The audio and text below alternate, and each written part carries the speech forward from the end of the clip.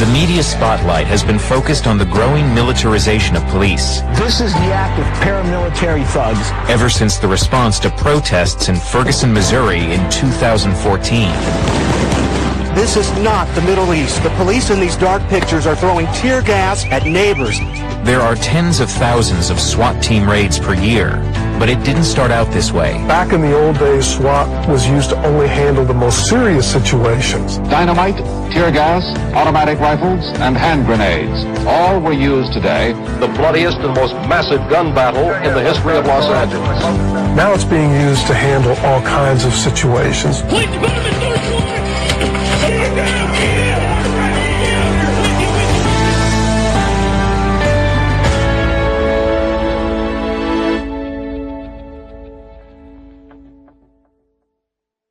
At dawn this morning, the police went to the Black Panther headquarters with warrants for the arrest of 2 Panthers. The intermittent warfare between the Black Panthers and police erupted today in Los Angeles. There, a group of them barricaded themselves in their headquarters and fought police with automatic weapons and hand grenades. I go downstairs to the second floor.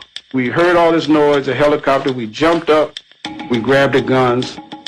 There were police officers with rifles across the street on rooftops, police officers in the back. They put a charge on the door blew open, and the police came running in. There was heavy gunfire, and they shot 3 police officers.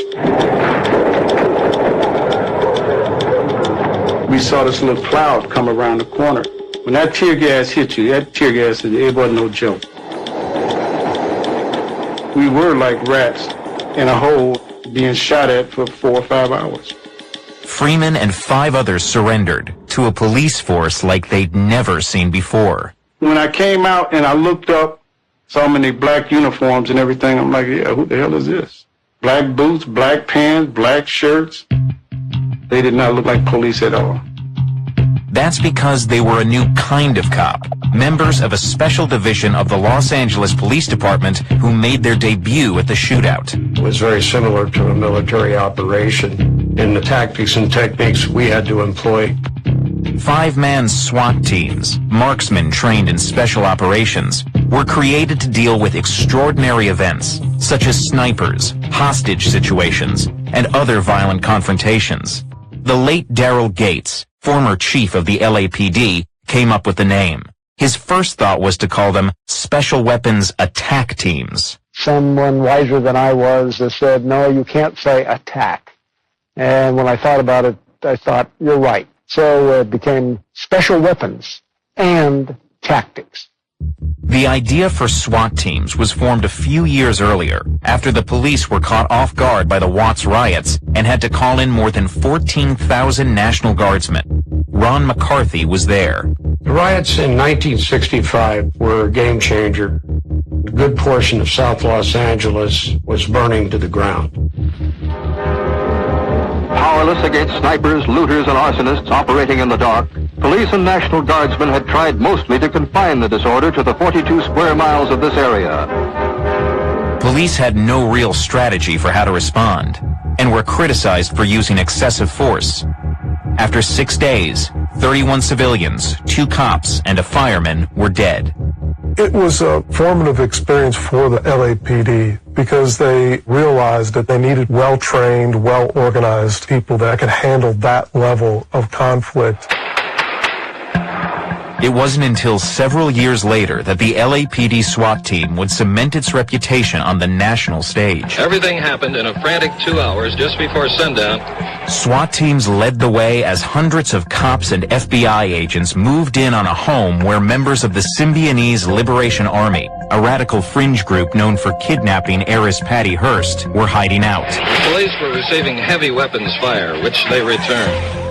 5 suspected members of the Symbionese Liberation Army are dead. Miraculously, there were no civilian casualties. Ron McCarthy was leading a SWAT team during the incident. I took a lot of pride in the fact that we did a good job and no citizens were injured. A lot of requests came into the LAPD SWAT team to go to other parts of the country and train SWAT teams. And so it began to grow. Don't miss! Don't miss! These men are members of a Special Weapons and Tactics team, a SWAT team. That really can be culturally intoxicating for a certain type of police officer, wannabe soldier police officer. It didn't take long for Hollywood producers to take notice of the hometown sharpshooters. They inspired a popular TV show with a top 40 theme song. The first TV series on SWAT was, I think, a real cultural turning point because it brought the whole SWAT phenomenon into people's living rooms and into the cultural consciousness. As SWAT teams spread across the country, police were ramping up the war on drugs under President Reagan. So when we say no to drugs, it'll be clear that we mean absolutely none. No exceptions. Our society tends to want to solve problems through a very aggressive, vigorous approach, and oftentimes that's couched in terms of waging war. The war on drugs, the war on poverty. And it's not just a benign metaphor. Police were given more authority to enter people's homes without knocking to search for drugs, and that increasingly became the job of SWAT teams. Peter Kraska has been studying the issue for more than 20 years. He's found that not only has the percentage of small cities with SWAT teams grown from 13 to 80 in 24 years, but more than 80% of deployments are to look for drugs. The whole SWAT phenomenon was morphing. SWAT had gone from an entity that was all about saving lives in real dire circumstances to prosecuting the drug war inside people's residences using SWAT teams.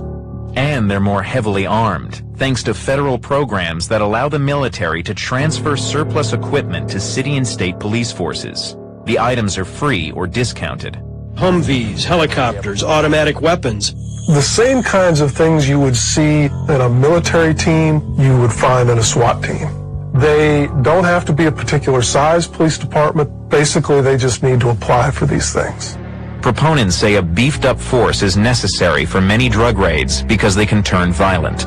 When we know that drugs being sold and the drug offender has a history of violence and he's armed, then we should use SWAT.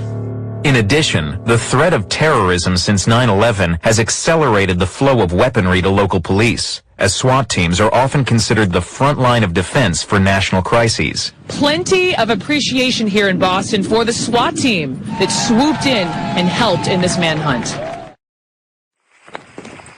But things don't always go according to plan.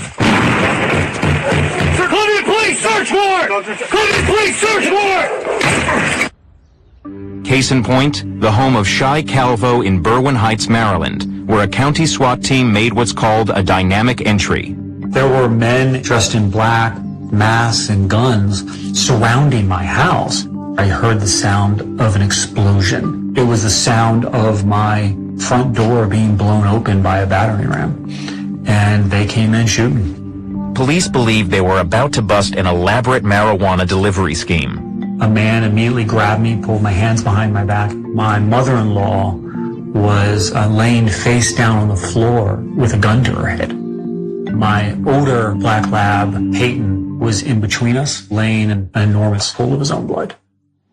A local police officer came upon the commotion and asked the county SWAT team what was going on. One of them said, "This guy is crazy. He thinks he's the mayor." And Officer Johnson he is the mayor. Mayor Calvo's 2 dogs were killed in the raid, and he settled a lawsuit for an undisclosed amount. More recently, a Wisconsin family was staying with relatives in Georgia when a SWAT team barged in, looking for a nephew who had reportedly sold drugs from the house.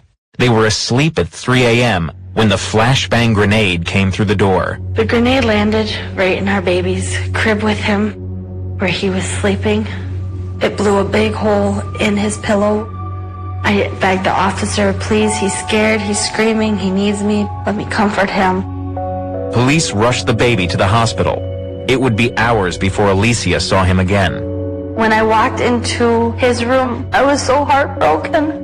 They had him intubated and in a medically induced coma because his left lung had collapsed. And so they had him on life support. A deputy sheriff was later indicted for allegedly falsifying information to justify the raid. Alicia's son is recovering, but she struggles with how to explain what the police did to her toddler. I do not believe it is necessary to take a SWAT team into a home of a family with children. They're supposed to be the good guys. The role of SWAT teams prompted a national dialogue after the country watched the police response to protests in Ferguson, Missouri. This is a place where people work, go to school, raise their families, and go to church. But lately it's looked a little bit more like a war zone. 9 months after Ferguson, President Obama banned local police from receiving some military-style equipment. We've seen how militarized gear can sometimes give people a feeling like there's an occupying force as opposed to a force that's part of the community that's protecting them and serving them. The ban made the front page of newspapers, but critics say it falls short. And at a time when the nation is grappling with the police's use of force, it remains to be seen what role SWAT teams will have in future policing. There has always been a debate, is SWAT too militaristic? SWAT teams are definitely a very important part of the law enforcement response. I'm not saying that SWAT teams have no place in law enforcement. It's a question of how can we bend the curve of history so that they're not continuing to grow and expand. Because everything I say is everything you've ever wanted to hear. So you drop your defenses and you drop all your fears. And you're so busy feeling good that you never question why things are going so well. You want to know why? 'Cause I'm a liar! Yeah, I'm a liar! I'll tear your mind down, I'll burn your soul, I'll turn you into me, I'll turn you into me, 'cause I'm a liar, a liar, a liar, a liar. The Red Bone Deception at the Katherine Massey Book Club, Context of White Supremacy with Gus T. Renegade, and for another broadcast, hopefully to share constructive information with non-white people, victims of white supremacy. Today's date, Friday, May 15, 2026. So I have been told this is our 5th installment on Michelle Alexander's The New Jim Crow Mass Incarceration in the Age of Colorblindness. We are picking up on the section, It Pays to Play. I had so many other audio snippets and things in mind to start our section off. In fact, I mentioned last week I was excited, looking forward to going down memory lane in the C.O.W.S archives to play some of the different times that we've had guests on the program, even former chiefs of police departments, on to talk about searches and do you allow officers to search your vehicle or your property without a warrant, and why that is a really bad idea. Even white enforcement officials have come on the program and talked to us about all that. I was so looking forward to that. But when I peeked ahead at the section that we're going to talk about this week and saw that Michelle Alexander discusses the history of police SWAT teams in connection with the war on drugs, and she does not mention the Black Panther Party, I could only conclude the Red Bone Deception is in full effect. You can even blame a teaspoon of this on retired firefighter, because man, this is so widely known that retired firefighter, who is a college graduate, has many times came on this program, cleared his throat, first giving honor to God. This is one member of the Opalaka 3, and would like to make sure that we are all aware that the SWAT department was formed to terrorize and attack black people. That is the first instance. He has reminded us of this many times over, and accurately so. That's why I said you can partly blame him, where I did not forget this. He reminded us all those times, so I guess we had better not forget all of this. Michelle Alexander totally leaves this out. Now, again, I said at the beginning of the book, how do you write this whole book on mass incarceration, war on drugs, and leave out COINTELPRO, the Black Panther Party, John Burge? Is so many components of this. Well, that's why I said I can only conclude this is willful deception. You graduated from Stanford, ostensibly. That's in California. How do you not know this? You don't know California state history? You lived in California growing up, the Bay Area. You don't know Bay Area history? The Black Panther Party? Like, Jesus Christ. The red bone deception now. And I can only conclude, like, man, either you are really, really ignorant, really, really stupid, like college dropout retard, or, wow, the red bone deception. That's all I can conclude. You can pick one. She got a Stanford degree, teaches at the college and whatnot, so ostensibly they tell me she is informed. She's not stupid, not on the small bus. Oh, okay. Red bone deception. She lied to us deliberately. I do want to point out, since I've been saying it the whole time, we even heard that in the sound clip, Peter Kraska saying our society. No, it is the system of white supremacy. And that word society is in the word God. Where Fuller cautions us about even using that word, dominant society and all of that. What are you talking about? And they point at Welsing moment. They say when the SWAT team show up, it's the men in black to drop bombs and kill your black labs or kill your black child. Alicia, when she started talking about how they threw the flash grenade at 3 a.m., they love to come at the crack of dawn. That when her child, who did survive, but he was almost critically injured, Alicia's attempted family is non-white. I generally speaking don't think that the SWAT team is employed to go out and do that sort of thing. Crack open your door at 3 a.m., 2 a.m., shoot down your pets, kill your family, drag you and your mother-in-law out of the house at 5 a.m. That's generally reserved for the Negro population. We will get to it. The red bone deception that is the new Jim Crow. Michelle Alexander, Katherine Massey Book Club, audio segment 1.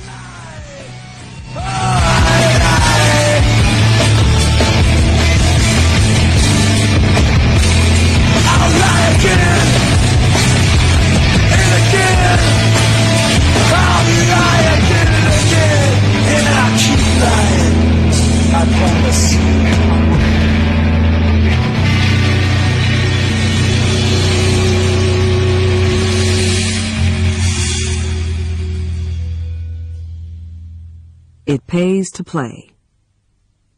Clearly, the rules of the game are designed to allow for the roundup of an unprecedented number of Americans for minor nonviolent drug offenses.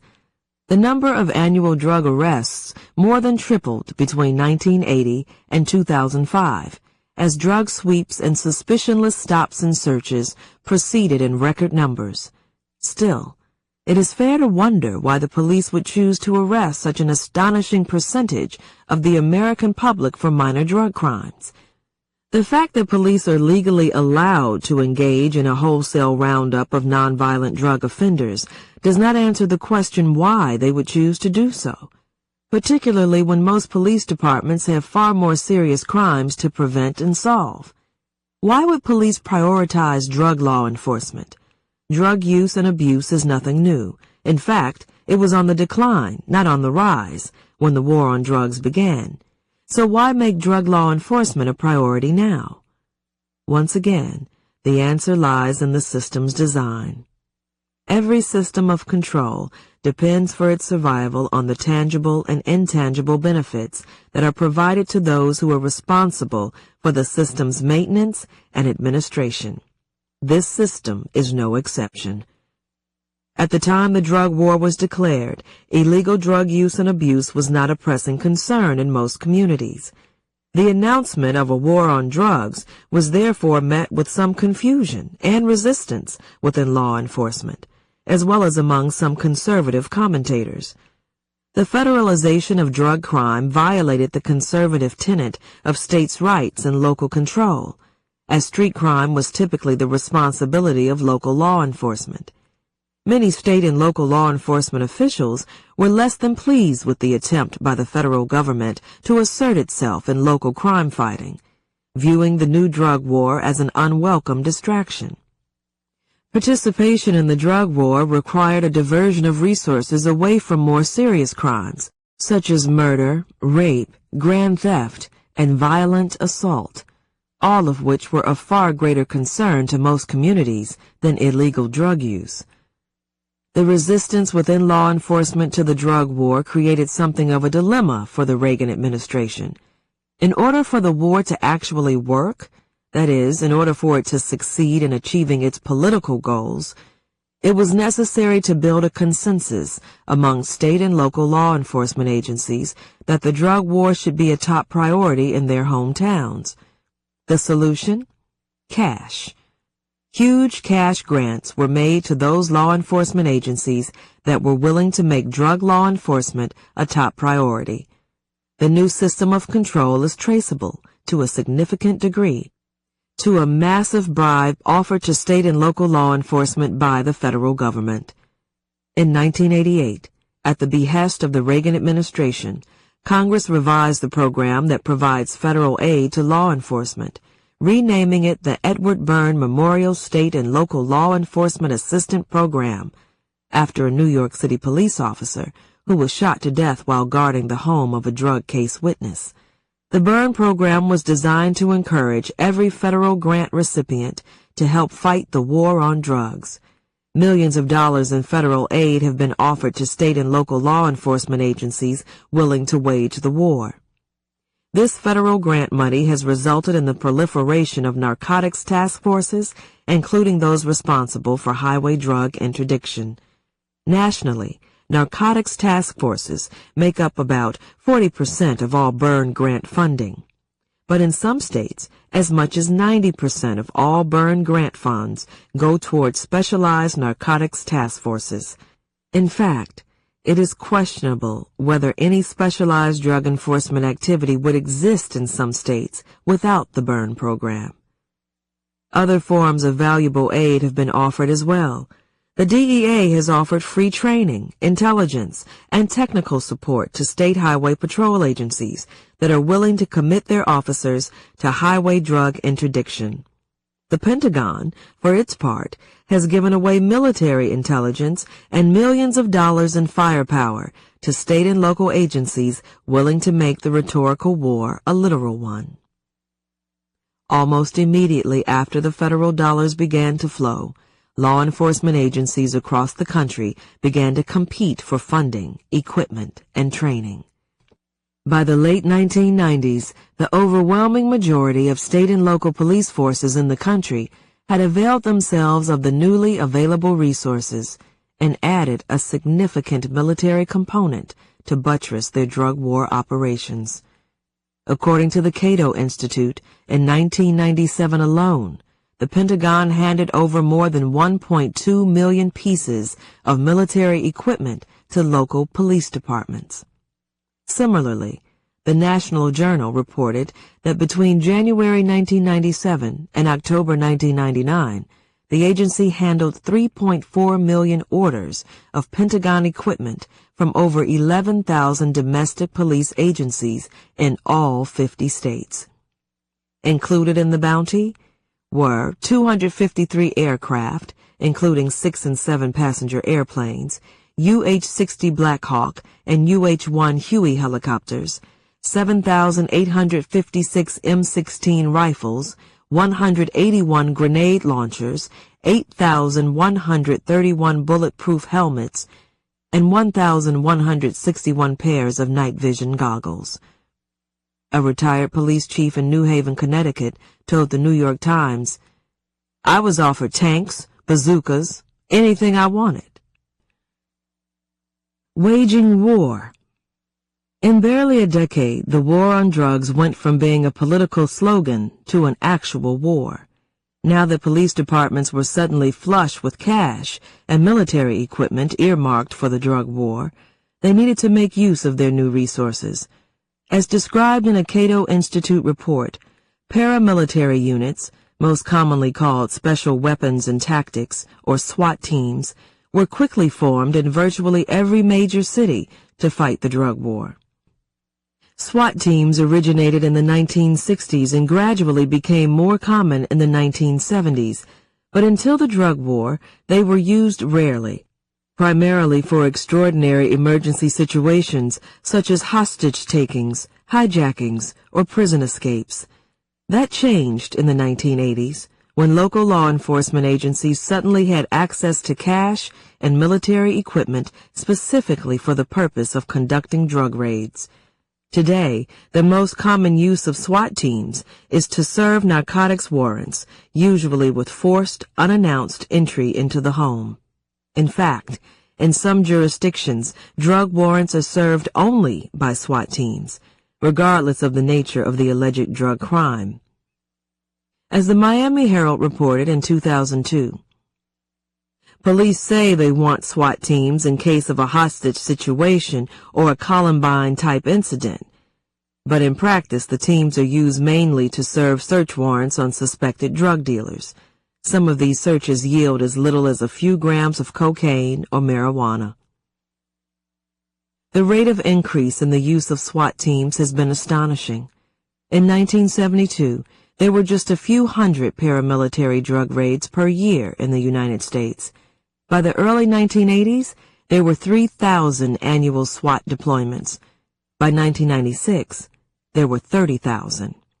And by 2001, there were 40,000. The escalation of military force was quite dramatic in cities throughout the United States. In the city of Minneapolis, Minnesota, for example, its SWAT team was deployed on no-knock warrants 35 times in 1986. But in 1996, that same team was deployed for drug raids more than 700 times. Drug raids conducted by SWAT teams are not polite encounters.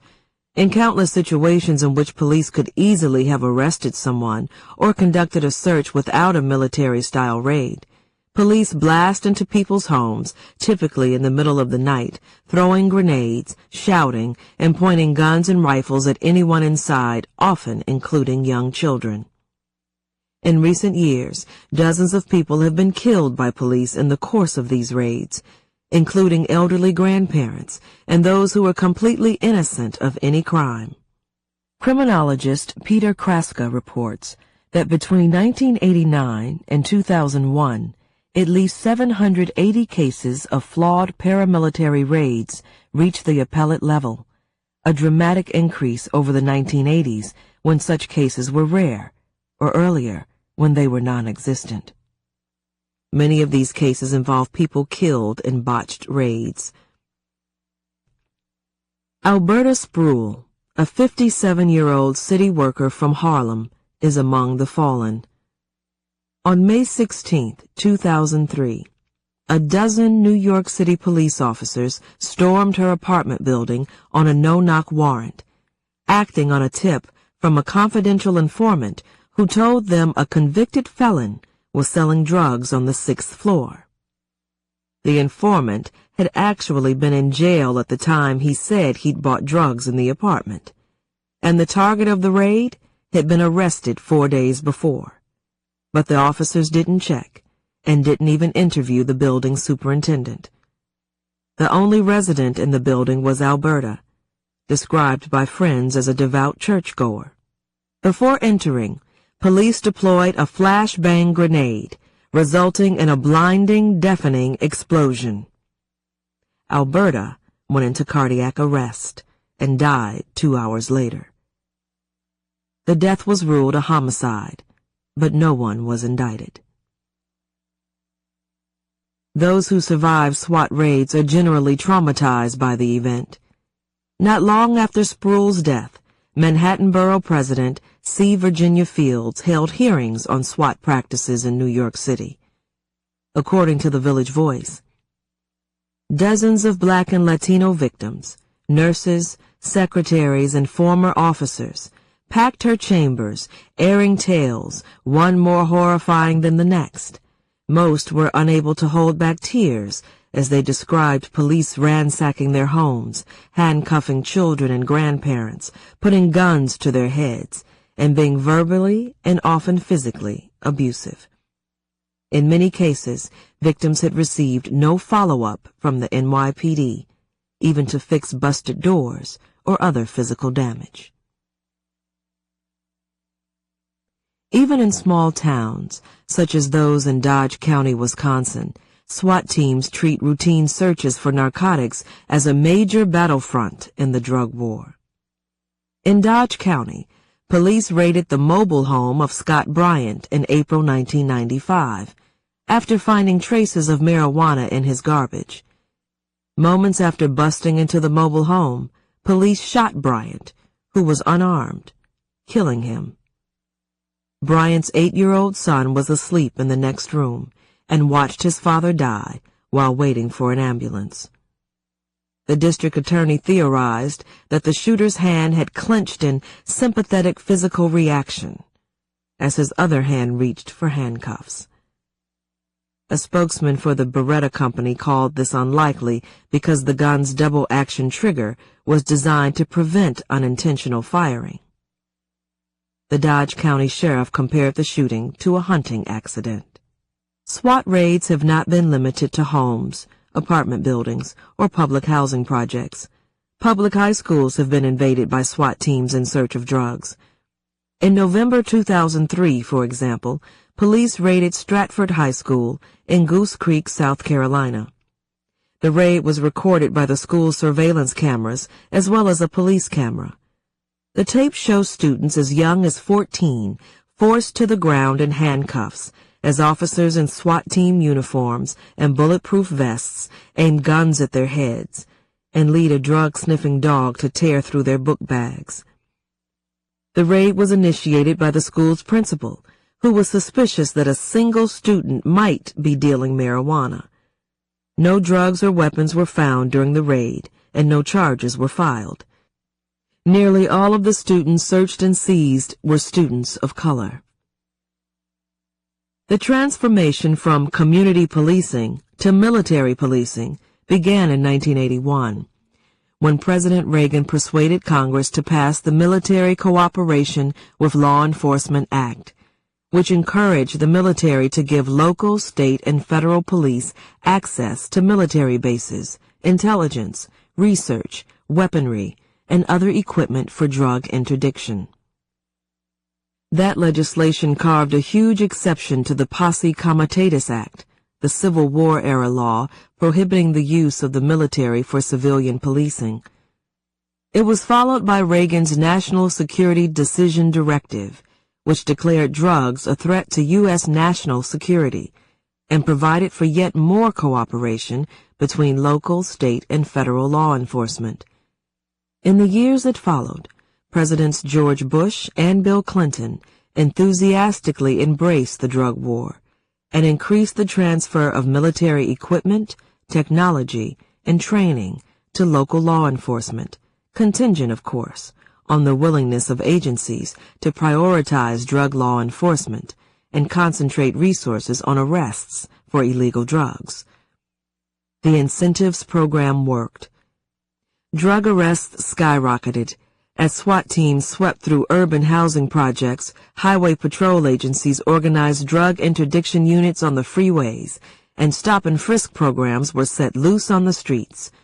Generally, the financial incentives offered to local law enforcement to pump up their drug arrests have not been well publicized, leading the average person to conclude reasonably, but mistakenly, that when their local police departments report that drug arrests have doubled or tripled in a short period of time, the arrests reflect a surge in illegal drug activity, rather than an infusion of money and an intensified enforcement effort. One exception is a 2001 report by the Capital Times in Madison, Wisconsin. The Times reported that as of 2001, 65 of the state's 83 local SWAT teams had come into being since 1980, and that the explosion of SWAT teams was traceable to the Pentagon's weaponry giveaway program, as well as to federal programs that provide money to local police departments for drug control. The paper explained that, in the 1990s, Wisconsin police departments were given nearly 100,000 pieces of military equipment. And although the paramilitary units were often justified to city councils and skeptical citizens as essential to fight terrorism or deal with hostage situations, they were rarely deployed for those reasons, but instead were sent to serve routine search warrants for drugs and make drug arrests. In fact, the Times reported that police departments had an extraordinary incentive to use their new equipment for drug enforcement. The extra federal funding the local police departments received was tied to anti-drug policing. The size of the disbursements was linked to the number of city or county drug arrests. Each arrest, in theory, would net a given city or county about $153 in state and federal funding. Non-drug-related policing brought no federal dollars, even for violent crime. As a result, when Jackson County, Wisconsin, quadrupled its drug arrests between 1999 and 2000, the county's federal subsidy quadrupled too. Finders keepers. As if the free military equipment, training, and cash grants weren't enough, the Reagan administration provided law enforcement with yet another financial incentive to devote extraordinary resources to drug law enforcement rather than more serious crimes. State and local law enforcement agencies were granted the authority to keep, for their own use, the vast majority of cash and assets they seize when waging the drug war. This dramatic change in policy gave state and local police an enormous stake in the war on drugs, not in its success, but in its perpetual existence. Law enforcement gained a pecuniary interest not only in the forfeited property, but in the profitability of the drug market itself. Modern drug forfeiture laws date back to 1970, when Congress passed the Comprehensive Drug Abuse Prevention and Control Act. The act included a civil forfeiture provision authorizing the government to seize and forfeit drugs, drug manufacturing and storage equipment, and conveyances used to transport drugs. As legal scholars Eric Blumenson and Eva Nielsen have explained, the provision was justified as an effort to forestall the spread of drugs in a way criminal penalties could not, by striking at its economic roots. When a drug dealer is sent to jail, there are many others ready and willing to take his place. But seizing the means of production, some legislators reasoned, may shut down the trafficking business for good. Over the years, the list of properties subject to forfeiture expanded greatly, and the required connection to illegal drug activity became increasingly remote, leading to many instances of abuse. But it wasn't until 1984 when Congress amended the federal law to allow federal law enforcement agencies to retain and use any and all proceeds from asset forfeitures, and to allow state and local police agencies to retain up to 80% of the asset's value, that a true revolution occurred. Suddenly, police departments were capable of increasing the size of their budgets quite substantially, simply by taking the cash, cars, and homes of people suspected of drug use or sales. At the time the new rules were adopted, the law governing civil forfeiture was so heavily weighted in favor of the government that fully 80% of forfeitures went uncontested. Property or cash could be seized based on mere suspicion of illegal drug activity, and the seizure could occur without notice or hearing, upon an ex parte showing of mere probable cause to believe that the property had somehow been involved in a crime. The probable cause showing could be based on nothing more than hearsay, innuendo, or even the paid self-serving testimony of someone with interests clearly adverse to the property owner. Neither the owner of the property nor anyone else need be charged with a crime, much less found guilty of one. Indeed, a person could be found innocent of any criminal conduct, and the property could still be subject to forfeiture. Once the property was seized, the owner had no right of counsel and the burden was placed on him to prove the property's innocence. Because those who were targeted were typically poor or of moderate means, they often lacked the resources to hire an attorney or pay the considerable court costs. As a result, most people who had their cash or property seized didn't challenge the government's action, especially because the government could retaliate by filing criminal charges, baseless or not. Not surprisingly, this drug forfeiture regime proved highly lucrative for law enforcement, offering more than enough incentive to wage the war on drugs. According to a report commissioned by the Department of Justice, between 1988 and 1992 alone, Byrne-funded drug task forces seized over $1 billion in assets. Remarkably, this figure does not include drug task forces funded by the DEA or other federal agencies. The actual operation of drug forfeiture laws seriously undermines the usual rhetoric offered in support of the war on drugs, namely, that it is the big kingpins that are the target of the war.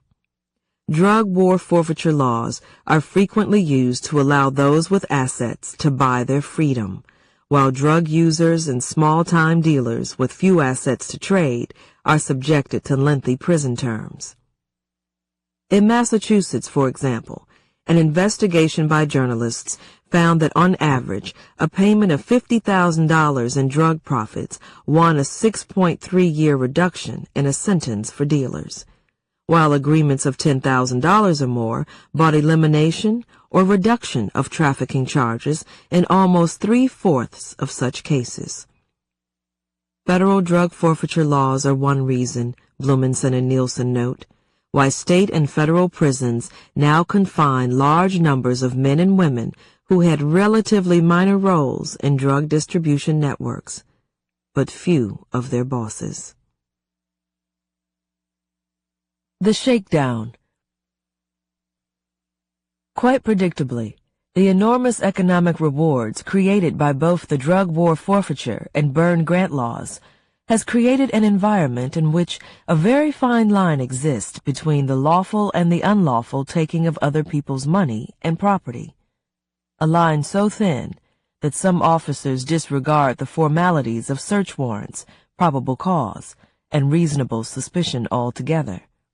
In United States v. Reese, for example, the Ninth Circuit Court of Appeals described a drug task force completely corrupted by its dependence on federal drug money. Operating as a separate unit within the Oakland Housing Authority, the task force behaved, in the words of one officer, more or less like a wolf pack, driving up in police vehicles and taking anything and everything we saw on the street corner. The officers were under tremendous pressure from their commander to keep their arrest numbers up, and all of the officers were aware that their jobs depended on the renewal of a federal grant. The task force commander emphasized that they would need statistics to show that the grant money was well spent, and sent the task force out to begin a shift with comments like, "Let's go out and kick ass," and "Everybody goes to jail tonight for everything, right?" Journalists and investigators have documented numerous other instances in which police departments have engaged in illegal shakedowns, searches, and threats in search of forfeitable property and cash. In Florida, reporters reviewed nearly 1,000 videotapes of highway traffic stops and found that police had used traffic violations as an excuse or pretext to confiscate tens of thousands of dollars from motorists against whom there was no evidence of wrongdoing, frequently taking the money without filing any criminal charges. Similarly, in Louisiana, journalists reported that Louisiana police engaged in massive pretextual stops in an effort to seize cash, with the money diverted to police department ski trips and other unauthorized uses. And in Southern California, a Los Angeles Sheriff's Department employee reported that deputies routinely planted drugs and falsified police reports to establish probable cause for cash seizures. Lots of small seizures can be nearly as profitable, and require the expenditure of fewer investigative resources than a few large busts. The Western Area Narcotics Task Force, WANT, became the focus of a major investigation in 1996 when almost $66,000 was discovered hidden in its headquarters.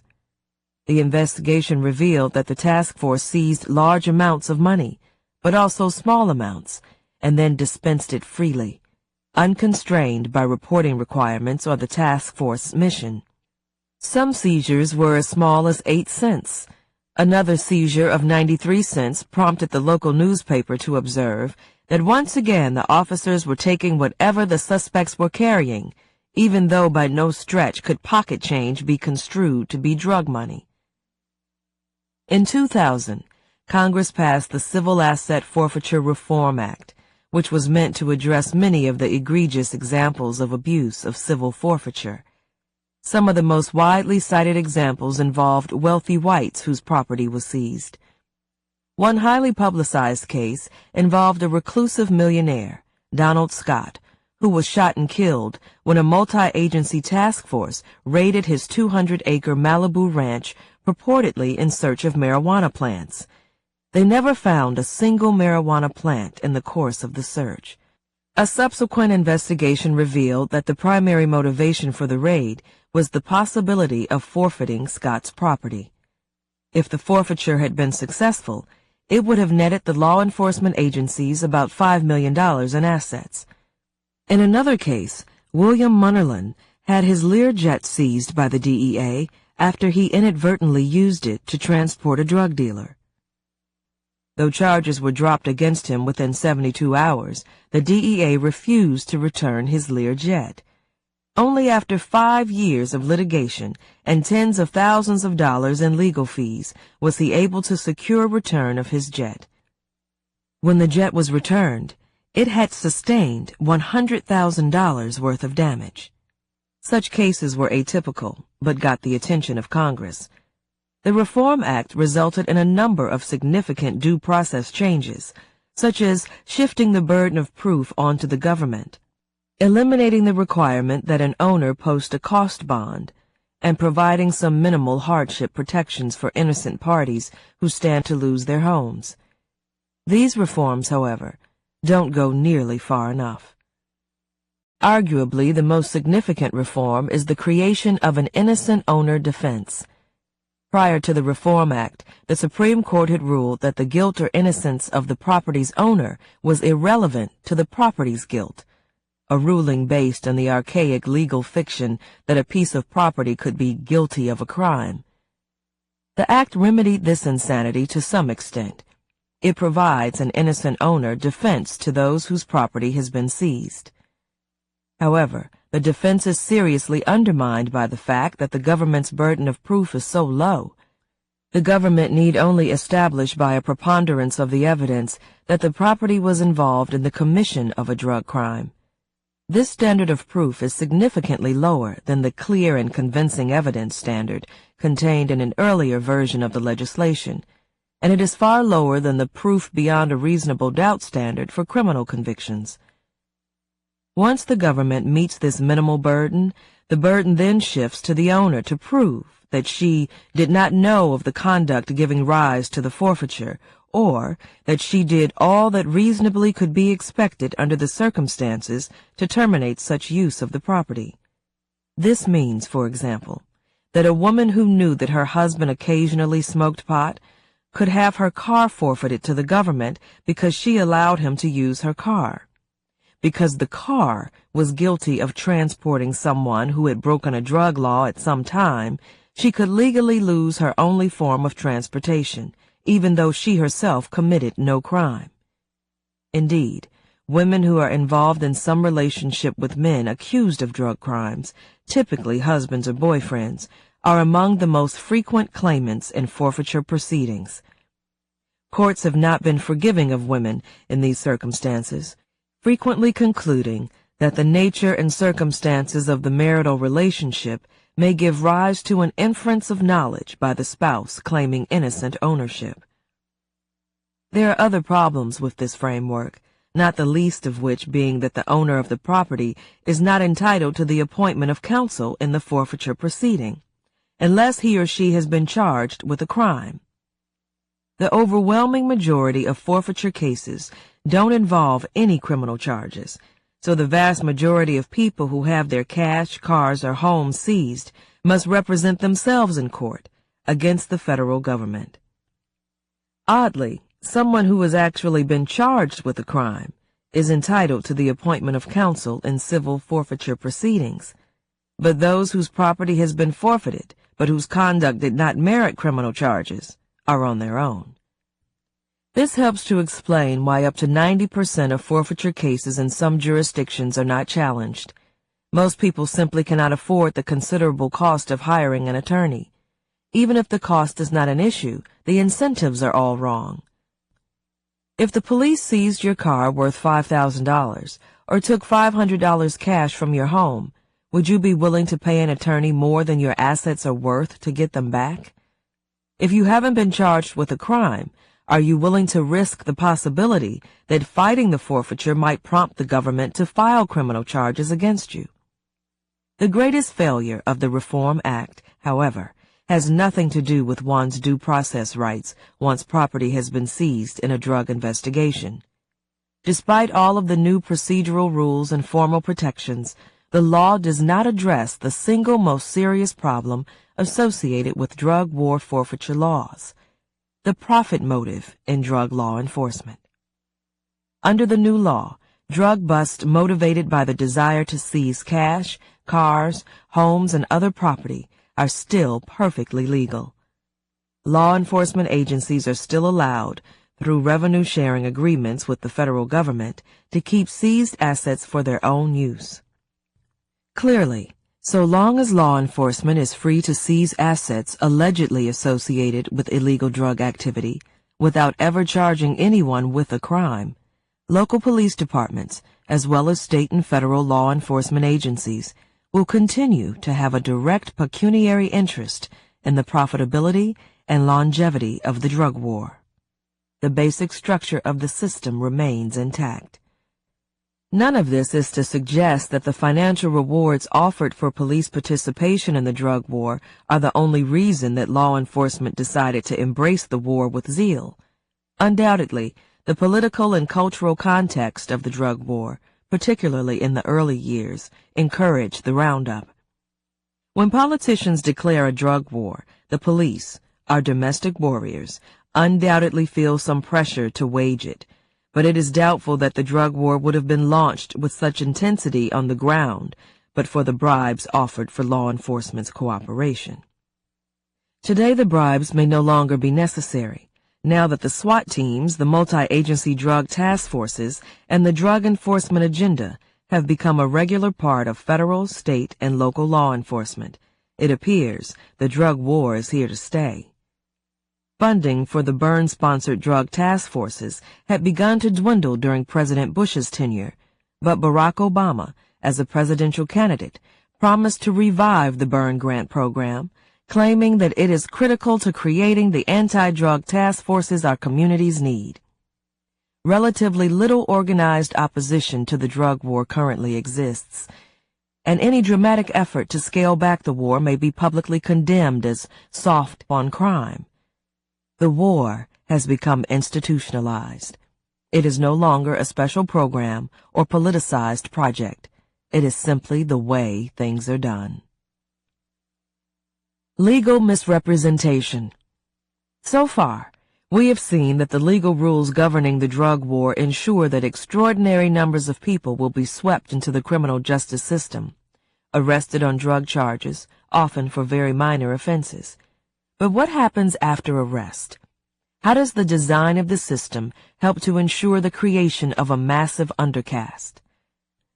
Once arrested, one's chances of ever being truly free of the system of control are slim, often to the vanishing point. Defendants are typically denied meaningful legal representation, pressured by the threat of a lengthy sentence into a plea bargain, and then placed under formal control, in prison or jail, on probation or parole. Most Americans probably have no idea how common it is for people to be convicted without ever having the benefit of legal representation, or how many people plead guilty to crimes they did not commit because of fear of mandatory sentences. Tens of thousands of poor people go to jail every year without ever talking to a lawyer.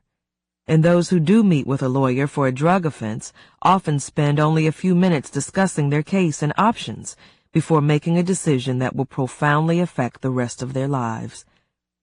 As one public defender explained to the Los Angeles Times, "They're herded like cattle into the courtroom lockup, up at 3 or 4 in the morning. Then they have to make decisions that affect the rest of their lives. You can imagine how stressful it is." More than 40 years ago, in Gideon versus Wainwright, the Supreme Court ruled that poor people accused of serious crimes were entitled to counsel. Yet thousands of people are processed through America's courts annually, either with no lawyer at all, or with a lawyer who doesn't have the time, resources, or in some cases, the inclination to provide effective representation. In Gideon, the Supreme Court left it to state and local governments to decide how legal services should be funded. However, in the midst of a drug war, when politicians compete with each other to prove how tough they can be on crime and criminals, funding public defender offices and paying private attorneys to represent those accused of crimes has been a low priority. Approximately 80% of criminal defendants are indigent and thus unable to hire a lawyer. Yet our nation's public defender system is woefully inadequate. The most visible sign of the failed system is the astonishingly large caseloads public defenders routinely carry, making it impossible for them to provide meaningful representation to their clients. Sometimes defenders have well over 100 clients at a time. Many of these clients are facing decades behind bars or life imprisonment. Too often the quality of court-appointed counsel is poor because the miserable working conditions and low pay discourage good attorneys from participating in the system. And some states deny representation to impoverished defendants on the theory that somehow they should be able to pay for a lawyer, even though they are scarcely able to pay for food or rent. In Virginia, for example, fees paid to court-appointed attorneys for representing someone charged with a felony that carries a sentence of less than 20 years are capped at $428. And in Wisconsin, more than 11,000 poor people go to court without representation every year because anyone who earns more than $3,000 per year is considered able to afford a lawyer. In Lake Charles, Louisiana, the Public Defender Office has only 2 investigators for the 2,500 new felony cases and 4,000 new misdemeanor cases assigned to the office each year. The NAACP Legal Defense Fund and the Southern Center for Human Rights in Atlanta sued the city of Gulfport, Mississippi, alleging that the city operated a modern-day debtor's prison by jailing poor people who were unable to pay their fines and denying them the right to lawyers. In 2004, the American Bar Association released a report on the status of indigent defense, concluding that all too often defendants plead guilty, even if they are innocent, without really understanding their legal rights or what is occurring. Sometimes the proceedings reflect little or no recognition that the accused is mentally ill or does not adequately understand English. The fundamental right to a lawyer that Americans assume applies to everyone accused of criminal conduct effectively does not exist in practice for countless people across the United States. Even when people are charged with extremely serious crimes, such as murder, they may find themselves languishing in jail for years without meeting with an attorney, much less getting a trial. One extreme example is the experience of James Thomas, an impoverished day laborer in Baton Rouge, Louisiana, who was charged with murder in 1996 and waited 8.5 years for his case to go to trial. It never did. His mother finally succeeded in getting his case dismissed after scraping together $500 to hire an attorney who demonstrated to the court that, in the time Thomas spent waiting for his case to go to trial, his alibi witness had died of kidney disease. Another Louisiana man, Johnny Lee Ball, was convicted of second-degree murder and sentenced to life in prison without the possibility of parole after meeting with a public defender for just 11 minutes before trial. If indicted murderers have a hard time getting meaningful representation, what are the odds that small-time drug dealers find themselves represented by a zealous advocate? As David Carroll, the research director for the National Legal Aid and Defender Association, explained to USA Today, there's a real disconnect in this country between what people perceive as the state of indigent defense and what it is. I attribute that to shows like Law and Order, where the defendant says, I want a lawyer, and all of a sudden legal aid appears in the cell. That's what people think. Children caught up in this system are the most vulnerable and yet are the least likely to be represented by counsel. In 1967, the U.S. Supreme Court ruled in N. Ray Galt that children under the age of 18 have the right to legal assistance with any criminal charges filed against them. In practice, however, children routinely waive their right to counsel in juvenile proceedings. In some states, such as Ohio, as many as 90% of children charged with criminal wrongdoing are not represented by a lawyer. As one public defender explained, the kids come in with their parents who want to get this dealt with as quickly as possible, and they say, you did it, admit it. If people were informed about what could be done, they might actually ask for help. Bad deal. Almost no one ever goes to trial. Nearly all criminal cases are resolved through plea bargaining, a guilty plea by the defendant in exchange for some form of leniency by the prosecutor. Though it is not widely known, the prosecutor is the most powerful law enforcement official in the criminal justice system. One might think the judges are the most powerful, or even the police, but in reality, the prosecutor holds the cards. It is the prosecutor, far more than any other criminal justice official, who holds the key to the jailhouse door. After the police arrest someone, the prosecutor is in charge. Few rules constrain the exercise of his or her discretion. The prosecutor is free to dismiss a case for any reason or no reason at all. The prosecutor is also free to file more charges against a defendant than can realistically be proven in court, so long as probable cause arguably exists, a practice known as overcharging. The practice of encouraging defendants to plead guilty to crimes rather than affording them the benefit of a full trial has always carried its risks and downsides. Never before in our history, though, have such an extraordinary number of people felt compelled to plead guilty, even if they are innocent, simply because the punishment for the minor nonviolent offense with which they have been charged is so unbelievably severe. When prosecutors offer only 3 years in prison when the penalties defendants could receive if they took their case to trial would be 5, 10, or 20 years, or life imprisonment, only extremely courageous or foolish defendants turn the offer down. The pressure to plead guilty to crimes has increased exponentially since the advent of the war on drugs. In 1986, Congress passed the Anti-Drug Abuse Act, which established extremely long mandatory minimum prison terms for low-level drug dealing and possession of crack cocaine. The typical mandatory sentence for a first-time drug offense in federal court is 5 or 10 years. By contrast, in other developed countries around the world, a first-time drug offense would merit no more than 6 months in jail, if jail time is imposed at all.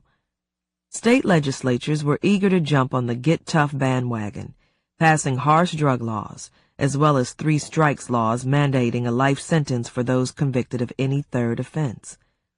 Oh my goodness. Oh my goodness. Context of white supremacy. We will pick up, we're in the section, the lockdown. We will resume for our second audio section once we get to chat it up, I got, what shall I say, flummoxed,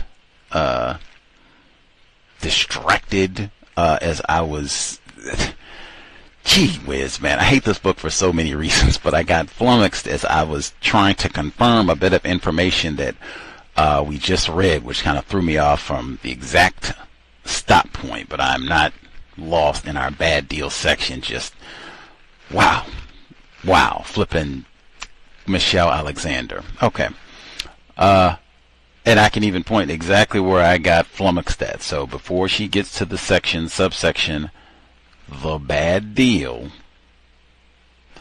she says, children caught up in the system are the most vulnerable and yet the least likely to be represented by counsel.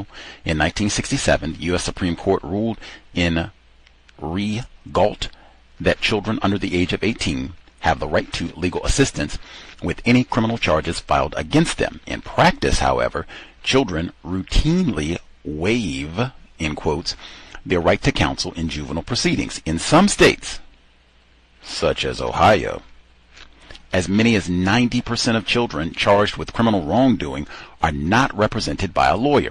As one public defender explained, the kids come in with their parents who want to get this dealt with as quickly as possible, and they say, "You did it, admit it."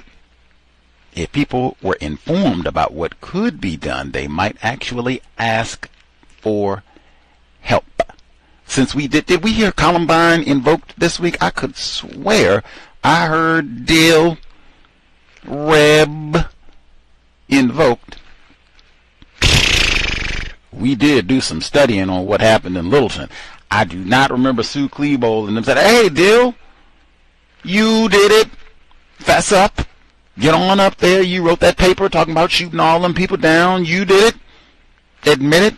You know, that's which I guess they can say, "Hey, we did because we went through the program and got sparkling colors. That's why we got released all early." I guess they can say that we did take responsibility. We did take responsibility for what we did and pretended to be contrite, sorrowful, remorseful. We ain't gonna do it no more. Promise. Ain't gonna make no more pipe bombs either. Promise. I guess they could say that, but since I did hear Columbine, generally speaking, I don't hear that. Generally speaking, what I see, observe, the record shows is that white people lawyer up. It's black people, Khalif Browder and such, wildin' in Central Park. That's what President Trump said. They wildin', raping white women in Central Park. They get 14-year-old, 15-year-old. They snatch you. They don't give you no attorney. Say, "You did it. Admit. That's up. You did it." Might have the whole black neighborhood out cheering. Say, "You did it. Admit it. You was wildin' in Central Park. Say you did it. Say you did it. Can I get an attorney? Say you did it." That's generally how it goes. But what caught my attention and stymied me about all of this is that she didn't say that 90% of the children in Central Park, New York. She said 90% of the children in Ohio. I said 90% of the children in Ohio, as many as 90% of the children in Ohio are charged with criminal wrongdoing, are not represented by a lawyer. I thought Michelle Alexander, husband, who does not agree with this book, Stanford alumnus, Carter Stewart, black male, he is a prosecuting attorney in Ohio. I said, whoa. You mean your husband, who doesn't agree with this book, is a part of that very system in that very region of Ohio, and you know it is not no whole lot. And Sue Klebold, even, that's where she went to Ohio State, just like Michael Swingo. But you know it's not a whole lot of white, because they didn't even prosecute Michael Swingo. You know it's not a whole lot of white people, white children, juveniles piled up in Ohio for crime. You know who that is in Ohio. Bron James and them. But anyway, that staggered me great. I guess Carter stood there. No, I don't agree. What all you trying to say? We doing something? No, I'm going to lock up some children right now. And then she gonna write this here book. Remember, she started off talking about how her white mother came in and helped her. She wrote this book in between taking care of children and everything. She taking care of her, what you call that, octoroon children, and got the white grandmother there in tow to help with the child rearing. And then she doesn't have to work, so she can stay at home and write this old lame lying book, The Red Bone Deception. And then Carter Stewart, he go to work and he locking up black children. And locking up black children, and locking up black children. That's what staggered me a little bit for the last paragraph. I said, whoa. Carter Stewart, what you doing? Carter Stewart, what you doing? Jesus, I hate this book. I hate this book. I hate this book. Number 720-716-7300, the code 564-943 pound. Press star 61 if you would like to participate. Number again, 720-716-7300, the code 564-943 pound. Press star 61 if you would like to participate. I will also have to say I'm especially, what shall I say, acerbic, spiteful about this here text, because I'm having to listen to it kind of multiple times, reading it multiple times, and even as we read, I'm having to read with two versions of the book up. Like, oh, I do not have to do this. Normally I just get the one book, we read. I'm having to do this because, again, there is no audio book, nor was there ever, for the original 2010 publication of this book. That does not, nor has it ever existed. That alone is mighty suspicious to me. I have not encountered that before in our 14-year history operating this here book club. There are massive edits, contrary to what she said, that it's basically the same book. That is a red bone lie. The 2012, and even for me, that is massive. Like, you couldn't even let this book set for 2 years. It's so lame, and enough people picked out, what did this heifer say? She done lied and lied and enough people that you had to go and immediately start making changes to the 2012 version, and then even more to the 10-year anniversary edition. Like, that is out of this world suspicious to me. Dr. Welsing didn't do that with the ISIS papers. Fuller did make changes, but like I said, they came nearly 30 years later. Not 2 years and whoa, I didn't mess that up, man. I can't put that there. We replace white, we got to change that around. Come on. And what are the changes? You done made all kinds of major. Let's just get to another, and we're going to have a few of these. So this is one of the changes. You can think, what does this mean? Why is this significant? I even got to make sure I got the correct version that I'm reading. Okay, 2010 version. In the section the shakedown, it reads, today the bribes may no longer be necessary now that SWAT teams, the multi-agency drug task force, and the drug enforcement agenda have become a regular part of federal, state, and local law enforcement. It appears the drug war is here to stay. Funding for the Byrne-sponsored drug task forces have dwindled in recent years, but President Obama has promised to revive the Byrne grant program, claiming that it is critical to creating the anti-drug task forces our communities need. Relatively little organized opposition to the drug war currently exists, and any dramatic effort to scale back the war may be publicly condemned as soft on crime. The war has become institutionalized. It is no longer a special program or politicized project. It is simply the way things are done. That is the final paragraph in that section, the shakedown. Now this is the 2000 for the 10th anniversary edition of that very same paragraph. You can tell me if you think, now, is that basically the same? Is this basically the same? It reads, today the bribes may be no longer necessary now that the SWAT teams, the multi-agency drug task force forces and the drug enforcement agenda have become a regular part of federal, state, and local law enforcement. It appears the drug war is here to stay. Funding for the Burge-sponsored drug task forces has begun to dwindle during President Bush's tenure, but Barack Obama, as a presidential candidate, promised to revive the Burge grant program, claiming that it is critical to creating the anti-drug task forces our communities need. Obama honored his word following the election, drastically increasing funding for the Burge grant program despite its abysmal track record. The Economic Recovery Act of 2009 included more than $2 billion in new Burge funding and an additional $600 million to increase state and local law enforcement across the country. And the rest of the paragraph is exactly the same as what I read before, and there are only 2 sentences left, so I won't read all that. But to me, that is not basically the same, and it stands out even more to me because the first major switch I noted was that in the original 2010 version of the book, she says that the funding for the Burge-sponsored drug task forces had dwindled in recent years. In the 2020 edition of the text, it says that the funding had begun to dwindle during President Bush's tenure. Now, this book was published in 2010. President Bush was President Bush in 2010, 2009, 2008, 2020. There's no reason why she couldn't have said that in 2010.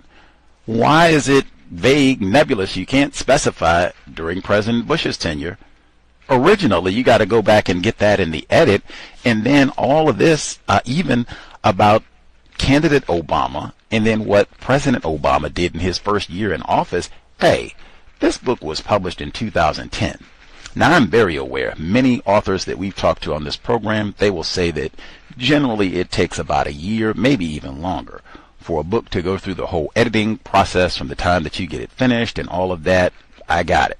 That said, this book was not published until 2010. I think if she really wanted to, she could have snuck in that tidbit about the Economic Recovery Act of 2009. I could be wrong, but I think she could have snuck that in before this book was actually published.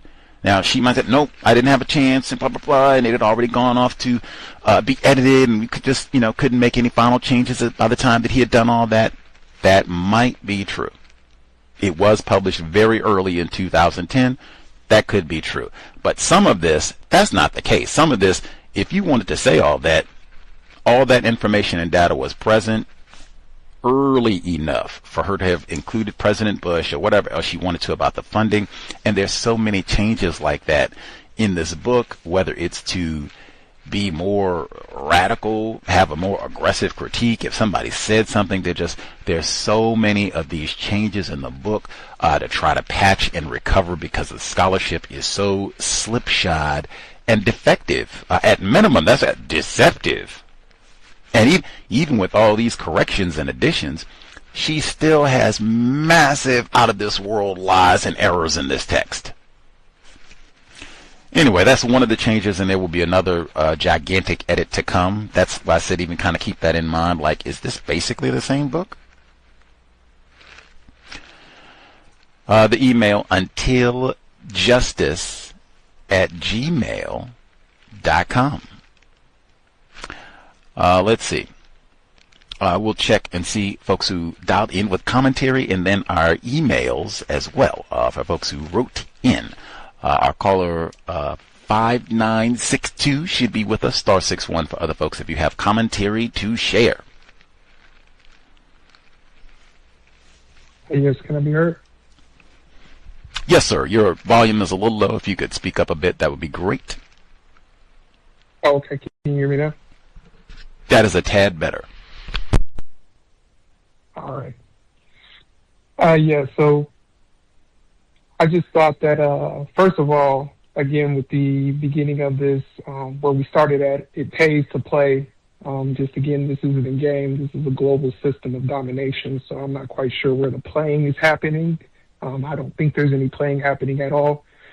And then I wanted to mention that very much the Voltron effect appears to be involved here, where the military is giving out its hand-me-downs to police, and all the police have to do is say, hey, we're going to engage in this type of practice to be able to seize people's assets, to be able to use SWAT teams to raid them, so on and so forth. And then I was talking with the chatbot, and I said, for this book to be called The New Jim Crow and not mention these happenings that are majorly happening to black people, because to my knowledge, the old Jim Crow did happen only to black people, it seems very lazy and inaccurate to not mention black people by name of these happenings that are going on. And then the part where she talks about the 2001 report in the Capital Times in Madison, Wisconsin. To my understanding, Madison, Wisconsin is a primarily white city. And so to not mention that white people went out and hired these massive SWAT teams to only affect a small number of black people, I think is a miscategorization at best. And then I agree with you that the last little paragraph that she added in there that you mentioned is not basically the same. And also the way it's worded may even suggest that President Bush was allowing this program to go by the wayside, to not be utilized to its full capacity anymore. And then somehow Obama came and revitalized it because maybe he's a victim of white supremacy, and they told him, if you don't pump money into this program, you may not be reelected. And I think that's all I have for this time. Much obliged, sir. The population for Madison, Wisconsin, relatively large city. I believe Madison is the capital city of Wisconsin. It is well over 250,000 people, 286,233 in terms of population in Madison. 7.2% black, which is substantially lower than the average black population in this part of the world, which is over 13%. So it's almost 50% lower than what the national rate or average for black people, percentage of the black population that we have in this part of the world. And most of Wisconsin, racially restricted region. So in my view, excellent point about them having this special SWAT team in an area that doesn't have very many black people, state and or Madison specifically, and they're terrorizing. Like, that should be just like her growing up in Ashland, 0.5% black people. That should be pointed. And again, that's not colorblind. If you don't even have that many black people in an area and they still end up just targeting the teaspoon of black people that you have, like, that's not colorblind. Not at all. That's targeted. Let's see. We'll nab in some of our emails and then get other folks who have commentary as well. *61 for the folks who dialed in. Email number 1.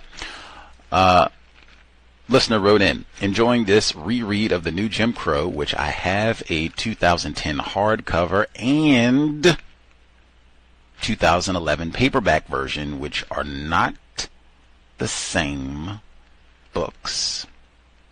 I knew Miss Alexander was a product of a mixed marriage, cowbell, after my initial read. Now that's interesting. He said after his initial read. So it seems that nobody was aware of this going into the book, unless I'm misremembering. You can set me straight if that is true. We had someone who was aware prior to going. I think we had one person who wrote in who said that they were aware of that, but they knew it from the cows. So we continued. I asked a few questions about how he ended up with 2 copies of the book, and does he have doubles of any other books? Did he think the book was constructive and accurate at the time? Was he listening to the cows at the time? These were questions that I asked just to follow up. He said, I hadn't found the cows at that time, and I couldn't remember how the paperback version came into my possession. May have been lifted from a school or local library. Statute of limitations, clear, but didn't pay for it. I will pause here. I did not find out until the last 7 days, 10 days, maybe even from the time we had our last session on this book. This book was given away for free, like the Bible, so he might not have even stole it. Apparently they have paperback, maybe even they have hardback books, and I have seen that before, and frequently it'll be books that I think are not constructive. Like, I've not been someplace where they were giving away copies of Delectable Negro, The Bluest Eye, The Man Not. Now, I'm not saying that they've never given these books out. I'm just saying I've never been any place where they've given these books out. But the Bible, Hate You Give, apparently New Jim Crow. Oh yeah, they'll give you a copy of that. Like, oh yeah, got to read New Jim. How you gonna have a house without New Jim Crow? So there has been that's why I said Whitey pimped the red bone deception, aka the New Jim Crow, so hard.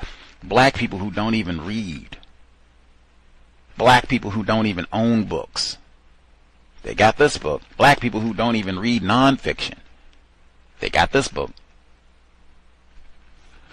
He continues.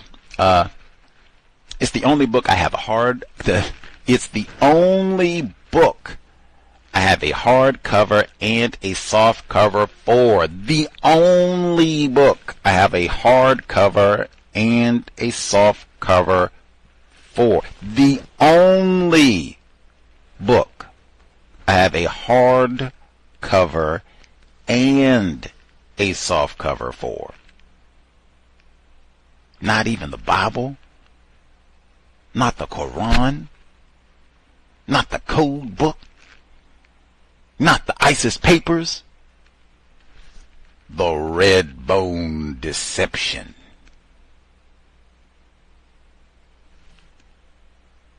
Whitey is good. It continues. This publication, much like the Hate You Give, is a projection of dysfunction and African misandry. Parts of the data may be useful for future research. I don't know. Really, I would just go to the sources. Where is she quoting from? Oh, okay, let's go get that. Where is this, Wisconsin? Let's go get that. We can avoid all of the red bone deception. Then I got to worry now. Which copy of the book are we going to look at? Which copy of the book are we going to? Do the statistics change from book to book? Come on. Much obliged for appreciate that though. But I've seen that consistently. Like I said, people who don't read nonfiction books, they primarily read fiction, but they got this book. People who don't read at all, but they got this book. People who don't even buy books, but they got this book. I think we had some folks who dialed in before, and they said that they bought this book when it came out, or bought it. They didn't even intend to buy it, but they had such a big promo for it and everything that they went ahead and bought it. Did you buy any other books that year? Nope. Whitey is amazing. Effective. Talking about her mama. Be clear. I want to be distinguished because there are black people, other victims of racism, who had lots of warranted criticisms for this book. I didn't see anyone. The lead is Cowbell, the red bone deception, because I do think if she had two black parents, she would not have got all this publicity, and she wouldn't have even been you would not have had a hard copy and a soft copy. It would not have been. All these people already got that, and that's the great thing. If she had two black parents, Michelle who? New Jim what? No, I ain't got that. I'm gonna have to put that on the list. You said her name is again? Michelle. Okay, I'll get it. I think that's what it would have been. Just another Negro who wrote a book about prisons. Big deal. We got bunches and bunches and bunches of those. Get to that after I'm done with my Netflixing, maybe. That's what I'm saying. I'm putting that right at that. And colorblind. It's right in the title. Like, no, man, nope. You're not going to tell me your racist grandpa, say, I ain't racist no more because I voted for Jesse. And then tell me you grew up in Ashland, Oregon, and tell me you colorblind. Nah, man, it's right. That is the center of the critique, not other folks. Like I said, they have other, it's a boatload to critique here. the lying and all of that, but be clear. The red bone deception, her having a white parent, front and racists all throughout her family, racist mom. And you ain't talking about none of that and then trying to tell us about colorblind?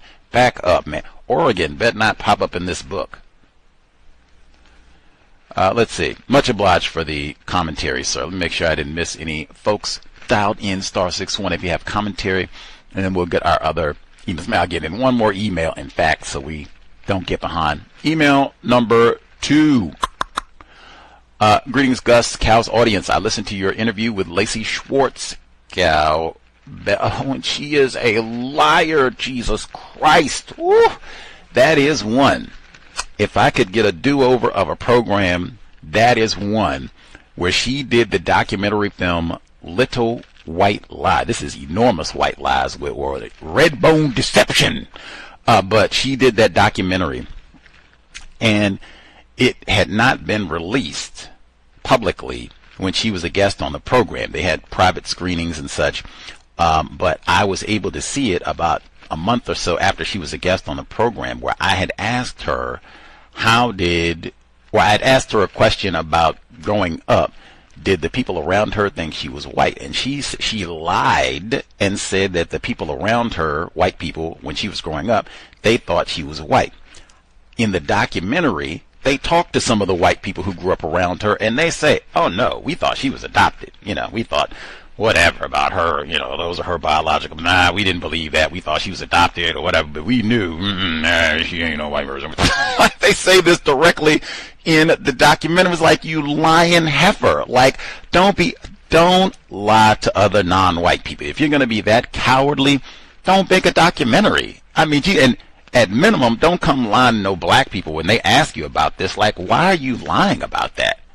I ask you, Flip, because you don't look like a white person. There's no way I could believe that other white people would look at you and think you are white and you just have a great tan. Like, get the hell out of here. Looking like Michelle Alexander. Another red bone deception. But I flipped out once I saw that, man. Like, come on. You're not even being truthful. You're coming out here lying to black people. Like, we do not need any more lies from anybody, really, man. Produce justice, man.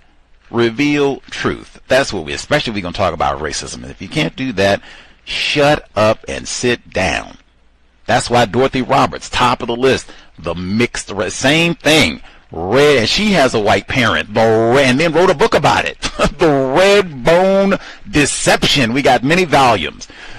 So back to Lacey Schwartz and her Little White Lie project is, to me, the same deceptive exercise in Michelle Alexander's New Jim Crow. She's also a good example of what I meant when I said that proximity to white people in a sexual relationship or familial can provide greater insight into their racist ways. What the non-white person chooses to do with that information is either constructive or non-constructive. Dr. Eddie Moore Jr. is another example. Soothing lotion. Dr. Eddie Moore Jr. is the black male victim of white supremacy, founder of or at least he's credited as being the founder of the White Privilege Conference. He's been a guest on the program a few times, threatened to punch Gus T in the nose on broadcast number 2, which is true of many, many, many white and non-white people. Continuing. I don't mean to say they are not victims. I just said that too. They're victims of white supremacy, or that white people cannot deceive them in any way. But there is some understanding and dissonance about white people's racist practice. I'm getting more confused as we get deeper into the book. That is by design. Michelle Alexander appears to be writing about racism, white supremacy, but not really. Heck, it's not called the new racism. Is called the New Jim Crow. I'm also not sure who exactly is part of the new caste she is referring to. She said poor people of color, maybe even some poor white people too. A caller last week questioned the examples used by Michelle Alexander for people subjected to the police's misuse of the powers to conduct searches. I'm also questioning the examples of their use SWAT teams being. Alberta Sproul is a black woman, which the author fails to mention. Ooh, that is a good point. That is a good point. That is a good point. Although the name isn't one that most people would associate with a black person, it is a Scottish Northern English in origin. She does state that most of the children who were mistreated at the school were of color. Then, that's when she's talking about the incident at Goose Creek in South Carolina. That is one where I was also disgruntled and highlighted because I'm very familiar with that incident at Goose Creek. How familiar are you with it, Gus T? Well, I can get Columbine 2 times. 2 times for Reb and Dill. So way back in 2023 when we were doing our study of Columbine, around the same time, springtime, I included a 60 Minutes report from the early 2000s, maybe 2001-ish, about that incident in Goose Creek. And they had some of the little children, 14-year-olds, 15-year-olds, and they had them talking about what happened. They had some of their parents on, and they started all this explicitly saying, number one, well, we got to do this sort of thing. Columbine and everything. We can't have, children coming in here and shooting up the place. These little niggers come in here with their pipe bombs and everything. They say, oh, wait a minute, but it was Reb and Dill up with the pipe bombs. Oh, right. But still, we can't have these little nigger children coming in with the bombs and pipe bombs and guns and all the rest of it. So we got to tighten things up. We can't have another Columbine. And so they said that they got tips at Goose Creek. They got tips that they were trafficking narcotics and everything. And so they came up to the school at 6 in the morning. I just said what I said at the beginning. They come at 2, 3 a.m., 4 a.m., 5 a.m. They came up to the school in Goose Creek at like 6:30 in the morning, and they had the dogs and everything. Get on the ground. We'll get you right now. Get on the ground. And the dog came around. And I told you that the children, they're like 14 years old, so the canines are bigger than the 14-year-olds. And they show them on there that some of these children look like they may be like dripping wet, maybe 90 pounds. I mean, they're 14. They're young. They're still developing. The dog, they ain't find no drugs. Not even a cigarette. Not even a Lucy. Children up there talking, embarrassed that their classmates and everything came and are looking at them through the glass window like, oh my Lord, we got Nino Brown in traffic and look at them, their dogs and get the picture. You can go back and watch that in the 60 Minutes article, but I'm very familiar with that incident. It was black. They didn't have no, I'm sure it was probably some white children, got to be, but it was lots of black children. Not people of it. Was not Gomez, Rodriguez. They'd be victims of racism. This wasn't the folks that ICE is going to come and snatch it. These were black children, black 14-year-olds, I told you. If you don't want to go back and listen to it, you can go back and hear it in context of Colin, because again, all of that was, hey, we got to tighten up at the schools. These nigger children, they running amok, they bombing the schools, and they said, hey, it was the white children, it wasn't like that. Well, Leroy, he's been cutting up for a long time too. Goose Creek, South Carolina. She continues. She said they were of color. She didn't even say that they were black children. She continues, then ends with the case of Scott Bryan, white man, which happened almost 10 years earlier than Alberta Sproul and Stratford High School cases. I think the use and order is significant. The Bryant case is used to show that mistreatment happens to white people as well as black people, and the order leaves that as the lasting impression. According to the American Civil Liberties Union 2014 study, botched, mistaken address, or fatal raids disproportionately harm black people. Black victims, 42%. That is staggering. I mean, I guess you shouldn't be surprised, but like, wow, that is a lot of whoopses for black people. Like, woo! Oh man, we supposed to be raiding 1402. What house is this? Oh, this is 1101. Dang. Well, sorry we didn't mess things up. We'll get you. Well, I know you was trying something anyway, Leroy, so let this be a warning. You behave yourself, Leroy. Which address we supposed to go get? Let's go get them. Like, come on. That's a lot of whoopses, especially if they didn't threw a flash grenade and firearms and all the rest. You got, even if you by yourself, but you got children or you stay with your grandmother or something like that. Oh my God. Woo. Continuing. That's 42% of these raids are whoopses for black people. Black people constitute 13% of the U.S. population. Echo, somebody said that before?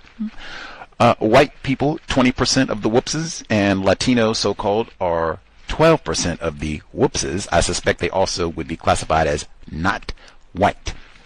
So far, we have seen that the legal rules governing the drug war ensure that extraordinary numbers of people will be swept into the criminal justice system, arrested on drug charges, often for very minor offenses. But what happens after arrest? How does the design of the system help us ensure the creation of a massive undercase? Are white people part of this undercase? She already told you, man. You know, my sick white brother, Scott Bryant, she already told you. Yes. Even, some lowly, poor white people get smacked. I told you it might have been some white people at the school. I'm sure it was some white children at Goose Creek. Yes, of course they do. James Thomas and Johnny Lee Ball are both black, but Michelle Alexander does not state this. Oh, we didn't get that far. I have to get back. Stop, pause. We'll have to get back and come to that one. Hold that thought. Be back for second email. untiljustice@gmail.com. The number 720-716-7300. The code 564943 pound. Press star 61 if you would like to participate. I'll go back and get in some of my notes, and then we will creep into chapter number 2, or audio segment number 2, audio segment number 2. Alrighty, going back to the beginning. Let's see. Great, I think our listener who dialed in, it pays to play. Great, and the rules of the game, it is not a game, it is a system of, people die. All the people that she's talked about in this book, and children and these raids and said, this is not a game. She says, still, it's fair, that F word, to wonder why the police would choose to arrest such an astonishing percentage of the American public for minor drug crimes. She uses that term American public a number of times, and they're not arresting the American public. I thought the whole premise of this book was that they're arresting black dudes. State that. Yes, they, sweep in some white people here and there and Mr. Bryant and all that, but primarily it's black dudes. I thought that was what the whole book was about. I thought she even defended that in the 10th anniversary edition. Why she didn't edit that part? Take that and say, hey, that's what this book is supposed to be about. So why are we saying an astonishing percentage of the American public? It's black males specifically. Let's see. Once again, and then she says to her, so why make drug enforcement a priority now? Once again, the answer lies in the system's design. Every system of control depends for its survival on the tangible and intangible benefits that are provided to those who are responsible for the system's maintenance and administration. This system is no exception. Now, that could have been, a really profound passage, but it's so... Are you talking about white people? Who is responsible for the systems? Hey, this is something we can put names on, and it ain't Obama. It's not the Congressional Black Caucus. It's not lame black politicians who supported the war on drugs. Be clear. You went to Stanford, put Dr. William Shockley. You could put names on this. All that mealy mouth for easily for that. And don't you give me no gobbledygook like this and then get some bass in your high yellow voice, red bone deception, and say, let me get, Congressional Black Caucus, how y'all niggers vote. Man, you better sit down, man. Put some bass in your voice and tell me about your racist grandpa. If you ain't going to do that, shut up about the Congressional Black Caucus, man, and shut up with this. Every system of, she didn't say system of racism. She didn't say system of Jim Crow. Can you say system of colorblind? Like, get out of here, man. Every system of control depends for its survival on the tangible and intangible benefits that are provided to those who are responsible for the system. Like, that is so and deliberately so, and you didn't even clean it up for the 10th anniversary edition. Let's see. The war is the system of white supremacy racism.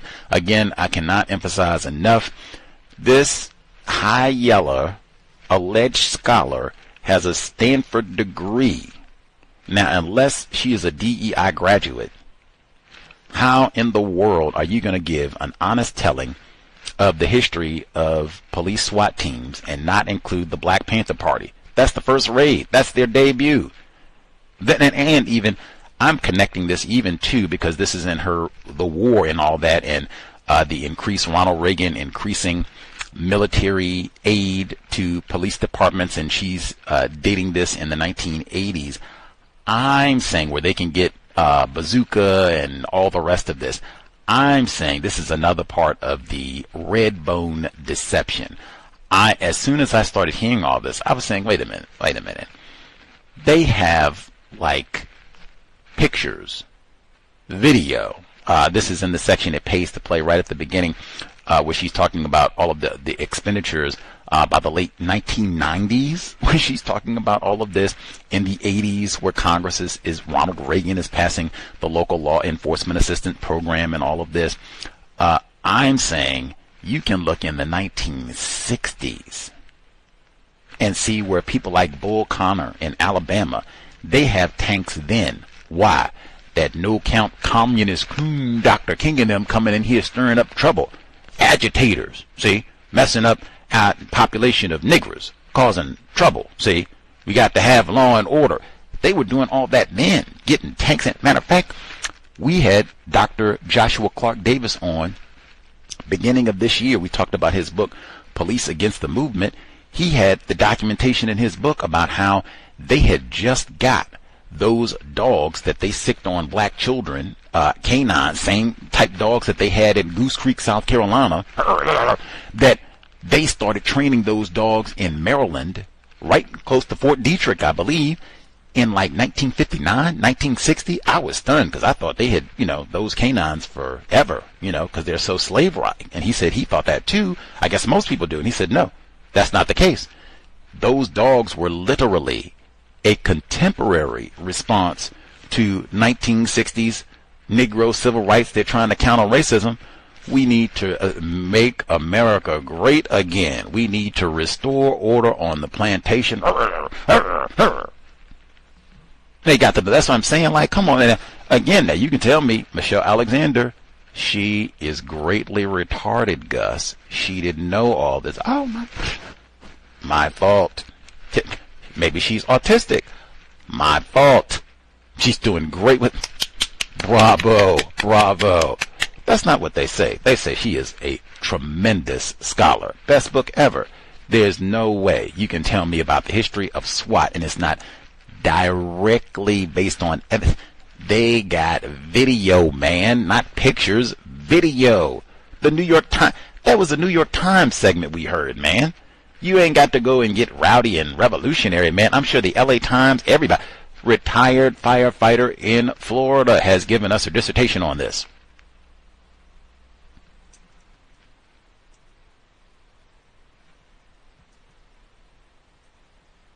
Great inclusion.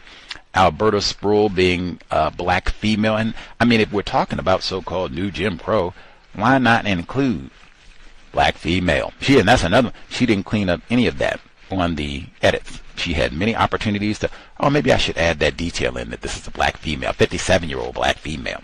Nah. That's not that. Even Goose Creek, he's a black child, not people of color, black children specific. Nah, leave that out. Okay, no problem. Even now, you contrast, she tells us how proud she is. I'm an African American woman, while not telling her she has a white parent, knowing that some of us might contest that. But she's vague about these people's racial classification. She can be dishonest, in my view, about her own racial designation, at least feigning to be explicit, though, right? She's not even telling, and then she doesn't tell us about Mr. Bryant being white either. At least if you're going to say, hey, even some white people get trapped up in all this. Nope. Let's see.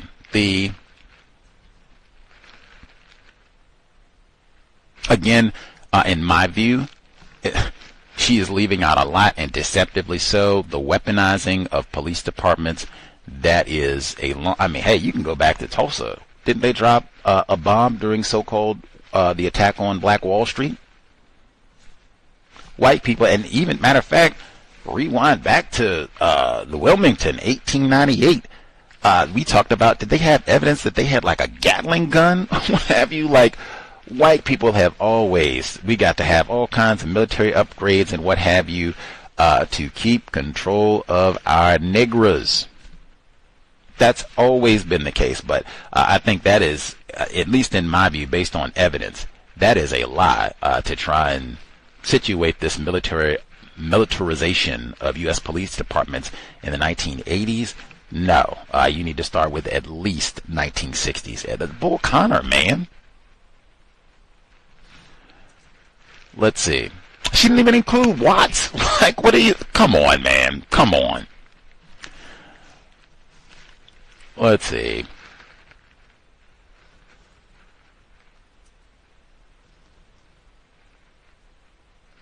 The forfeiture, that section, important, police being able to take things, but I mean, hey, system of white supremacy, like, that is black people forever. Like, you don't own no property, nigga. You are the property. We take you. We don't just take your property, we take you. The shakedown. Let's see. She said operating as a separate unit within the Oakland Housing Authority, the task force behaved, in the words of one officer, more or less like a wolf pack, driving up in police vehicles and taking anything and everything we saw on the street corner. Now, that reminded me when we had, even though they were talking about Oakland, California, stand up, pop, that reminded me of Stacey Horn. We just had her on the program. She was talking about East New York. Now, that's the other side of the continent, ostensibly, unless they're talking about a different Oakland, where she, in her book, she had that passage where she talked about, oh my goodness, robbing from the ghetto. Oh, it's easier than taking candy from a baby. It's easier than a hot knife through butter. Metaphors, like, oh my goodness, like, whoo. We just go in and get whatever we want from these niggers. We rob the drug dealers and the old peoples, and we just do whatever we want to. That's what she put in the book. She talked about East New York. Widespread. That's what we do to niggers. And it reminded me in Oakland, California specifically, they had the Oakland Riders, where they did exactly what she just talked about. We ride up and do with anything we want to, take things and all that, and beat up black people and all the rest of it. It's the greatest thing in the world. Woo! But she said they perform like a wolf pack. It's a Welsing moment. Romulus, Remus, always get back to the dogs. We always get back to the dogs. Arr. That canine gene. Let's see.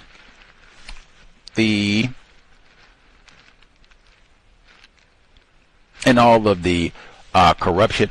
This is the whole history of policing and what have you. Like I said, some of this is in Shawshank Redemption, right? This is not no new thing. The convict labor system, Douglas Blackman talks about the whole nine. Let's see.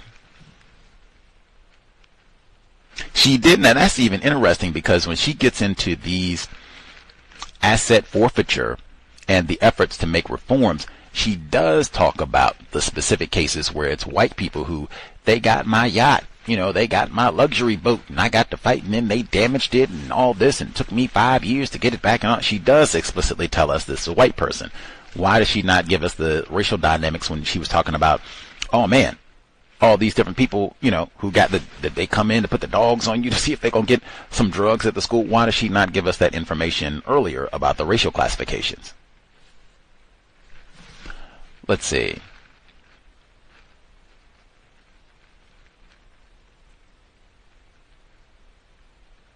already gave. This is the segment where she has that massive edit from the original 2010 publication to the 2012 audiobook and subsequent paperbacks. It's already been switched around to include George Bush and President Obama's changes and all of that. I thought that was a great observation as well by our caller to maybe even make it seem like it was waning under white President Bush, and then no-count scoundrel Obama came in and increased it, maybe so, but she saves all that for later editions of the text. Let's see.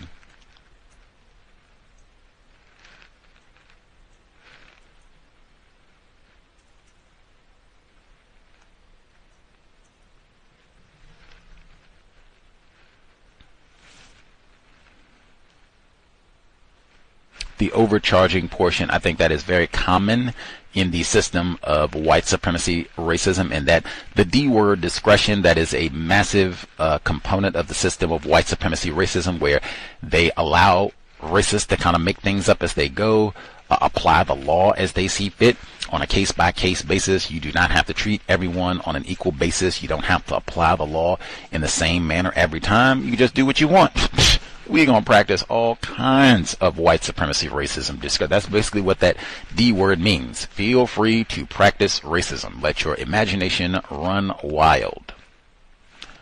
Let's see.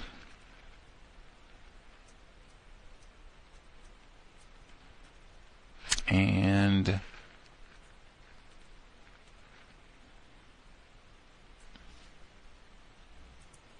make sure I didn't miss anything before we get back to the text, that portion. Oh, she says the section where because I have two books out, the section where she talks about the seizures, some of them being as small as 8 cents. It reminded me of Dr. Kenneth O'Reilly, where he said with COINTELPRO that the FBI, they would spy on black people who had $33 in the bank. And I thought, dang, I don't know how much damage you can do with $33. 8 cents. Is the police pay that bad? I know Dr. Cambon used to call working for the police white welfare, but it's that bad? You got to shake me down for 8 cents? Let's see. Oh, and the Porsche said, man, pause for Mark G.E.D. Furman, Los Angeles Sheriff's Department employee reported that deputies routinely planted drugs and falsified police reports to establish probable cause for cash seizures. Word to Mark Furman, even though he was LAPD, not the Sheriff's Department. And we just talked about them with Dr. Terrence King, the Sheriff's Department, and how corrupt they were. And we're going to come watch the autopsy and have all these folks dying under suspicious circumstances. We literally just talked about them. They talk about the LA Sheriff's Department and their corruption every day in the LA Times, if you read it. If you live in California, you should read it. But, man, that right there, you have a sheriff employee reporting that the deputies routinely plant drugs. That right there is why I, Norm Stamper, and Steve Silverman all say you do not consent to searches of your person, property, vehicle, house, residence without a warrant. That right there. He didn't say that this was a once in a while type of a thing. Occasionally. He's routinely. This sort of thing happened all the time. And then you're going to look at OJ. Oh, he did. No, you're talking about they didn't plant drugs. Didn't nobody plant no drugs and put no blood on the railing and stop saying all that. You know, they had Johnny Cochran, his phone bugged during the 1980s. Did you know that? Got that in the FBI reports. Let's see. To get your 8 cents. She says, our domestic war. When politicians declare a drug war, the police, our domestic warriors. What are you talking about? Our? Possessive adjective. That's right up there with that we. Our? They didn't even allow black police officers forever, and then didn't allow them to arrest white people. How is it our domestic warriors? What? Is that how you talked about the police officers in your household with your black father in Ashland, Oregon, growing up, our domestic warriors? You lying red-bone heifer. At least be scholarly, like what? What? Oh, and the term bribe, that'll be the last thing I get in. That'll be the last thing I get in. Bribes. She uses that term, bribes, bribery, some combination, some form of that term 14 times in the text. Man, I do not think that that is accurate at all. Like, not even close. It suggests that the system, to use her lame, incorrect F word, the system is more or less fair. It's more or less just that you have to come and, you have to come and tip Whitey, pay him off to get him to mistreat the nigger. That is not accurate at all. White people are dedicated to practicing white supremacy racism, and they make the mistreatment of black people profitable. It is not, no, you got to bribe. When politicians declare a drug war, the police, our domestic warriors, undoubtedly feel some pressure to wage it, but it is doubtful that the drug war would have been launched with such intensity on the ground, but for the bribes offered for law enforcement's cooperation. That ignores, like I said, the long history of white people are always, that's how you end up with the convict labor system. White people are always willing to go and lock up niggers. You never have white resistance to, let's go and hatch up some scheme to lock up the niggers. There is never white resistance to that. They always endorse that. Yes, let's lock up the niggers. We need vagrancy laws. What we need to do? War on drugs. What we need to do? War on Dr. King. They commies. What we need to do? Black Lives Matter. Black identity extremists. What we need to do? White people are always in support of that, and it's not colorblind. Even your parents, grandparents, the white ones. That's why they kicked your white mother out of the house. But yeah, that, in my view, that bribe, it gives a totally incorrect, did your parents have to be bribed to kick your mom out? That's what I'm saying. That's what I'm saying. Bribed? The church kicked her out too. Did they have to be bribed? Someone had said, now, hey now, we heard that, one of your members that married some coon and that you all were on board with this. We're going to slip you a few $100,000 and you going to kick it. That's what happened? You lying red-bone heifer, that's not what happened. And I'm humble. Well, I guess I'm not being humble about it. I'm putting some bass in my voice. I'm saying red-bone deception. That's a lie. The word bribe is inaccurate, and hey, it's in here 14 times. Now you have been alerted to it. Pay attention when it pops up. Bribe, bribe, bribe. Do you think white people have to be bribed to practice racism? That's what's happening? White people have been successfully bribed for all these centuries? I'm putting my middle finger up to you, Michelle Alexander. Don't you write no lame book. You got to read this. Red bone deception. And I'm still side-eyeing all of the limp noodles who read this book. Woo! Whitey said it's amazing. And she is kind of light-skinned and red bone. Oh, Team Limp Noodle. I'm trying to get off myself. Audio section number 2. The red bone deception known as the new Jim Crow. Michelle Cowbell Alexander.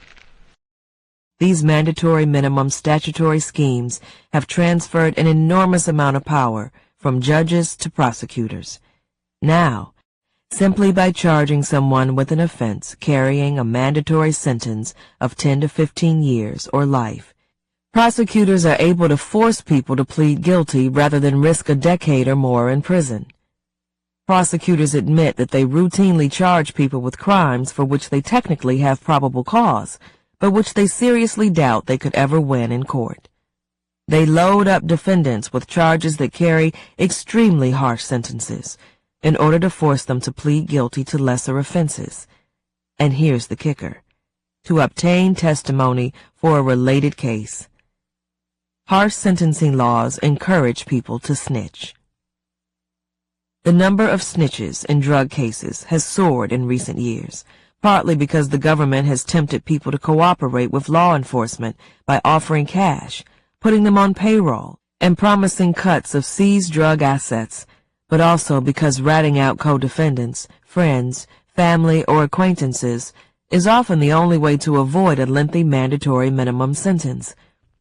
In fact, under the federal sentencing guidelines, providing substantial assistance is often the only way defendants can hope to obtain a sentence below the mandatory minimum. The assistance provided by snitches is notoriously unreliable, as studies have documented countless informants who have fabricated stories about drug-related and other criminal activity in exchange for money or leniency in their pending criminal cases. While such conduct is deplorable, it's not difficult to understand. Who among us would not be tempted to lie if it was the only way to avoid a 40-year sentence for a minor drug crime? The pressure to plea bargain and thereby convict yourself in exchange for some kind of leniency is not an accidental byproduct of the mandatory sentencing regime.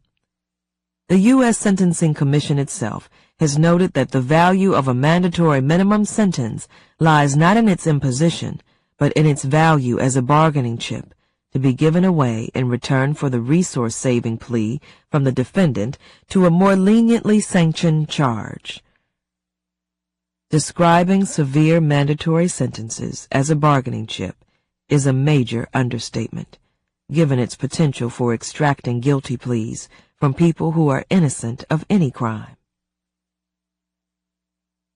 It is impossible to know for certain how many innocent drug defendants convict themselves every year by accepting a plea bargain out of fear of mandatory sentences, or how many are convicted due to lying informants and paid witnesses, but reliable estimates of the number of innocent people currently in prison tend to range from 2% to 5%.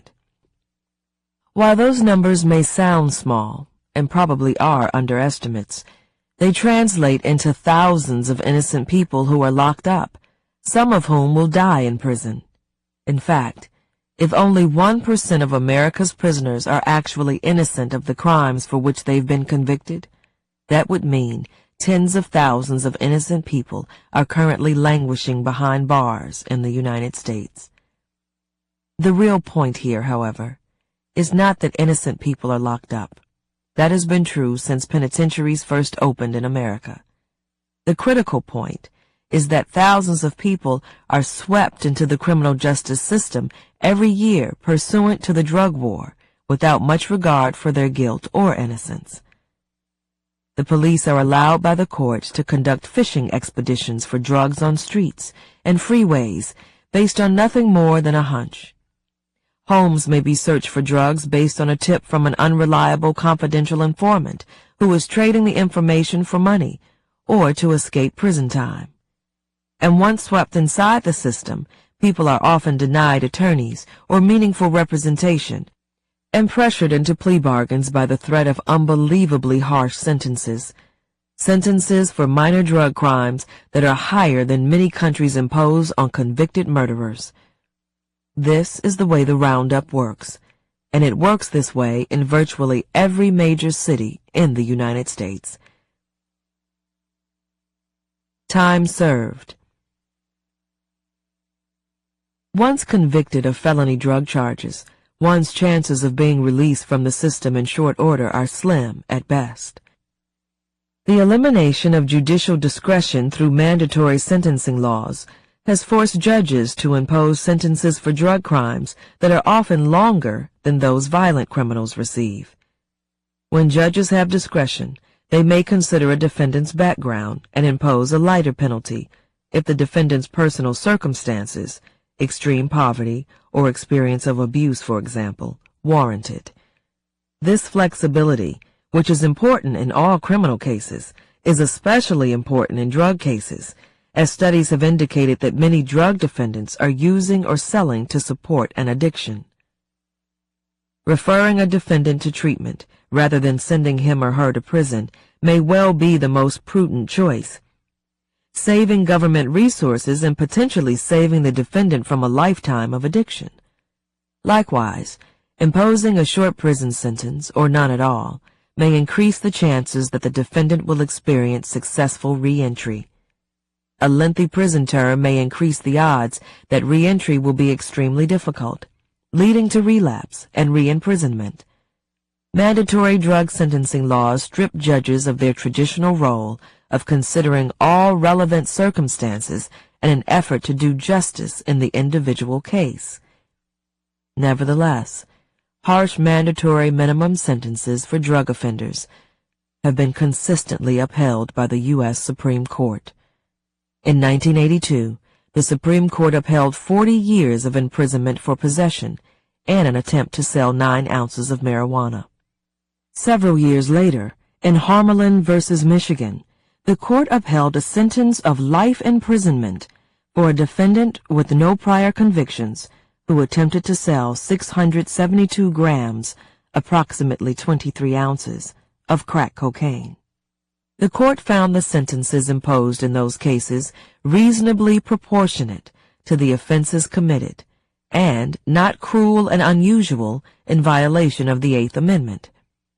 This ruling was remarkable, given that prior to the Drug Reform Act of 1986, the longest sentence Congress had ever imposed for possession of any drug in any amount was 1 year. A life sentence for a first-time drug offense is unheard of in the rest of the developed world. Even for high-end drug crimes, most countries impose sentences that are measured in months rather than years.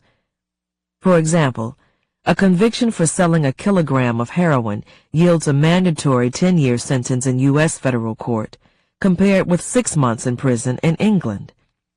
Remarkably, in the United States, a life sentence is deemed perfectly appropriate for a first-time drug offender.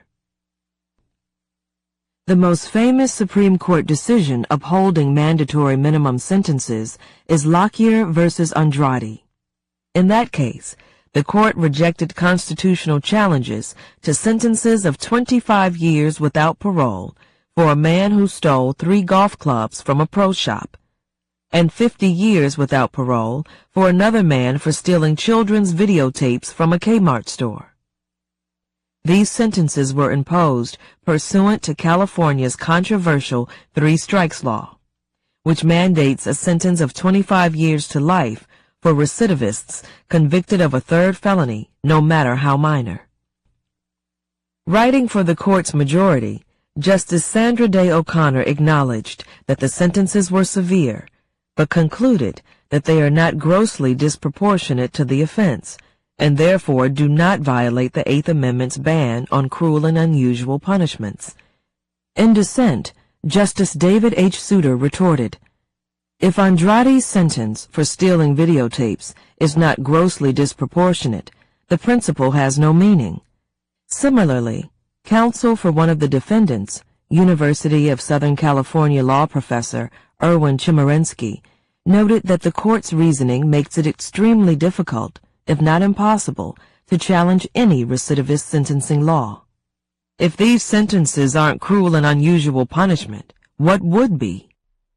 Mandatory sentencing laws are frequently justified as necessary to keep violent criminals off the streets, yet these penalties are imposed most often against drug offenders and those who are guilty of nonviolent crimes. In fact, under 3 strikes regimes, such as the one in California, a repeat offender could be someone who had a single prior case decades ago. First and second strikes are counted by individual charges rather than individual cases, so a single case can result in first, second, and even third strikes. The prosecutor has the discretion to charge related but individual charges as separate strikes. Sentences for each charge can run consecutively, so a defendant can easily face a sentence of 50, 75, or 100 years to life, arising from a single case. It's not uncommon for people to receive prison sentences of more than 50 years for minor crimes. In fact, 50 years to life was the actual sentence given to Leandro Andrade for stealing videotapes, a sentence upheld by the Supreme Court. The clear majority of those subject to harsh mandatory minimum sentences in the federal system are drug offenders. Most are low-level, minor drug dealers, not drug kingpins. The stories are legion. Marcus Boyd was arrested after selling 3.9 grams of crack cocaine to a confidential informant working with a regional drug task force. At the time of his arrest, Marcus was 24 years old and had been addicted to drugs for 6 years, beginning shortly after his mother's death and escalating throughout his early 20s. He met the informant through a close family friend, someone he trusted. At sentencing, the judge based the drug quantity calculation on testimony from the informant and another witness, who both claimed they bought crack from Marcus on other occasions. As a result, Marcus was held accountable for 37.4 grams, the equivalent of 1.3 ounces, based on the statements made by the informant and the other witness. He was sentenced to more than 14 years in prison.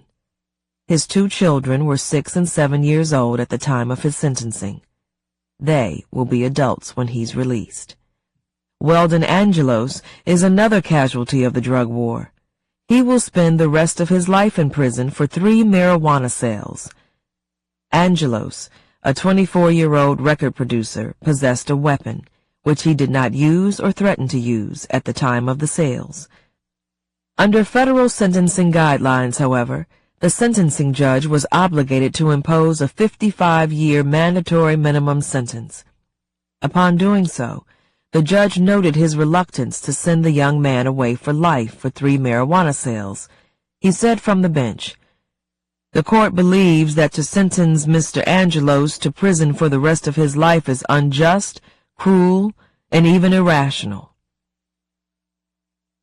Some federal judges, including conservative judges, have quit in protest of federal drug laws and sentencing guidelines. Face to face with those whose lives hang in the balance, they are far closer to the human tragedy occasioned by the drug war than the legislators who write the laws from afar. Judge Lawrence Irving, a Reagan appointee, noted upon his retirement, "If I remained on the bench, I have no choice but to follow the law.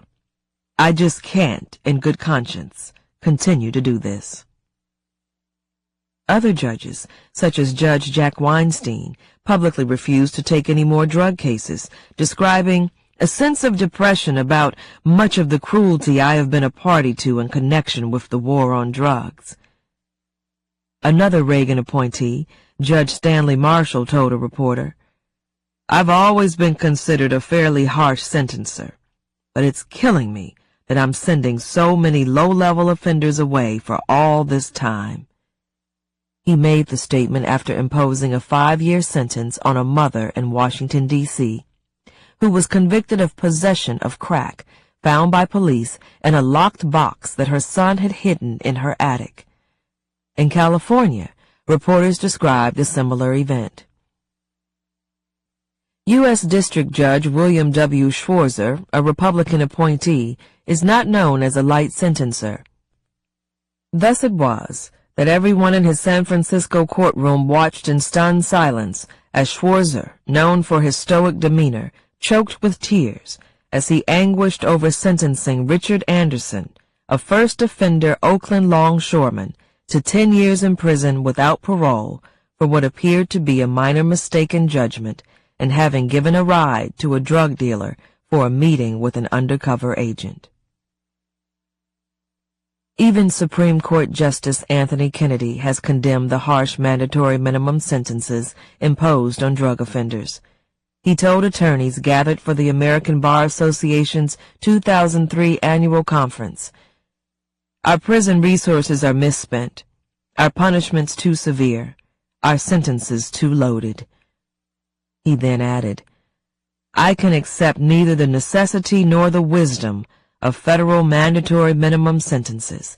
In all too many cases, mandatory minimum sentences are unjust." The prison label. Most people imagine that the explosion in the U.S. prison population during the past 25 years reflects changes in crime rates. Few would guess that our prison population leaped from approximately 350,000 to 2.3 million in such a short period of time due to changes in laws and policies, not changes in crime rates. Yet, it has been changes in our laws, particularly the dramatic increases in the length of prison sentences, that have been responsible for the growth of our prison system, not increases in crime. One study suggests that the entire increase in the prison population from 1980 to 2001 can be explained by sentencing policy changes. Because harsh sentencing is a major cause of the prison explosion, one might reasonably assume that substantially reducing the length of prison sentences would effectively dismantle this new system of control. That view, however, is mistaken. This system depends on the prison label, not prison time. Once a person is labeled a felon, he or she is ushered into a parallel universe in which discrimination, stigma, and exclusion are perfectly legal, and privileges of citizenship, such as voting and jury service, are off limits. It doesn't matter whether you have actually spent time in prison. Your second-class citizenship begins the moment you are branded a felon. Most people branded felons, in fact, are not sentenced to prison. As of 2008, there were approximately 2.3 million people in prisons and jails, and a staggering 5.1 million people under community correctional supervision, i.e., on probation or parole. Merely reducing prison terms does not have a major impact on the majority of people in the system. It is the badge of inferiority, the felony record, that relegates people for their entire lives to second-class status. As described in Chapter 4, for drug felons, there is little hope of escape. Barred from public housing by law, discriminated against by private landlords, ineligible for food stamps, forced to check the box indicating a felony conviction on employment applications for nearly every job, and denied licenses for a wide range of professions. People whose only crime is drug addiction or possession of a small amount of drugs for recreational use find themselves locked out of the mainstream society and economy permanently. No wonder, then, that most people labeled felons find their way back into prison. According to a Bureau of Justice Statistics study, about 30% of released prisoners in its sample were rearrested within 6 months of release. Within 3 years, nearly 68% were rearrested at least once for a new offense. Only a small minority are rearrested for violent crimes. The vast majority are rearrested for property offenses, drug offenses, and offenses against the public order. For those released on probation or parole, the risks are especially high. They are subject to regular surveillance and monitoring by the police and may be stopped and searched, with or without their consent, for any reason or no reason at all. As a result, they are far more likely to be arrested again than those whose behavior is not subject to constant scrutiny by law enforcement. Probationers and parolees are at increased risk of arrest because their lives are governed by additional rules that don't apply to everyone else. Myriad restrictions on their travel and behavior, such as a prohibition on associating with other felons, as well as various requirements of probation and parole, such as paying fines and meeting with probation officers, create opportunities for arrest. Violation of these special rules can land someone right back in prison. In fact, that's what happens a good deal of the time. The extraordinary increase in prison admissions due to parole and probation violations is due almost entirely to the war on drugs. With respect to parole, in 1980, only 1% of all prison admissions were parole violators. 20 years later, more than 1/3, 35%, of prison admissions resulted from parole violations. To put the matter more starkly, About as many people were returned to prison for parole violations in 2000 as were admitted to prison in 1980 for all reasons. Of all parole violators returned to prison in 2000, only 1/3 were returned for a new conviction. 2/3 were returned for a technical violation, such as missing appointments with a parole officer, failing to maintain employment, or failing a drug test. In this system of control, failing to cope well with one's exile status is treated like a crime. If you fail, after being released from prison with a criminal record, your personal badge of inferiority to remain drug-free, or if you fail to get a job against all the odds, or if you get depressed and miss an appointment with your parole officer, or if you cannot afford the bus fare to take you there, you can be sent right back to prison, where society apparently thinks millions of Americans belong. This disturbing phenomenon of people cycling in and out of prison, trapped by their second-class status, has been described by Loic Vacan as a closed circuit of perpetual marginality. Hundreds of thousands of people are released from prison every year, only to find themselves locked out of the mainstream society and economy. Most ultimately return to prison, sometimes for the rest of their lives.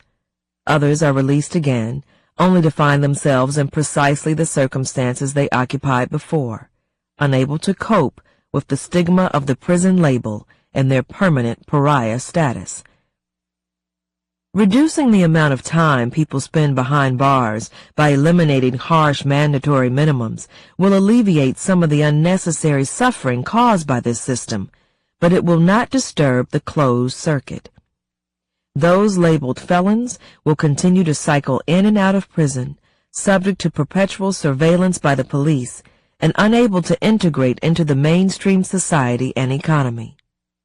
Unless the number of people who are labeled felons is dramatically reduced, and unless the laws and policies that keep ex-offenders marginalized from the mainstream society and economy are eliminated, the system will continue to create and maintain an enormous undercast. She say, the system. What system are you? The red bone deception.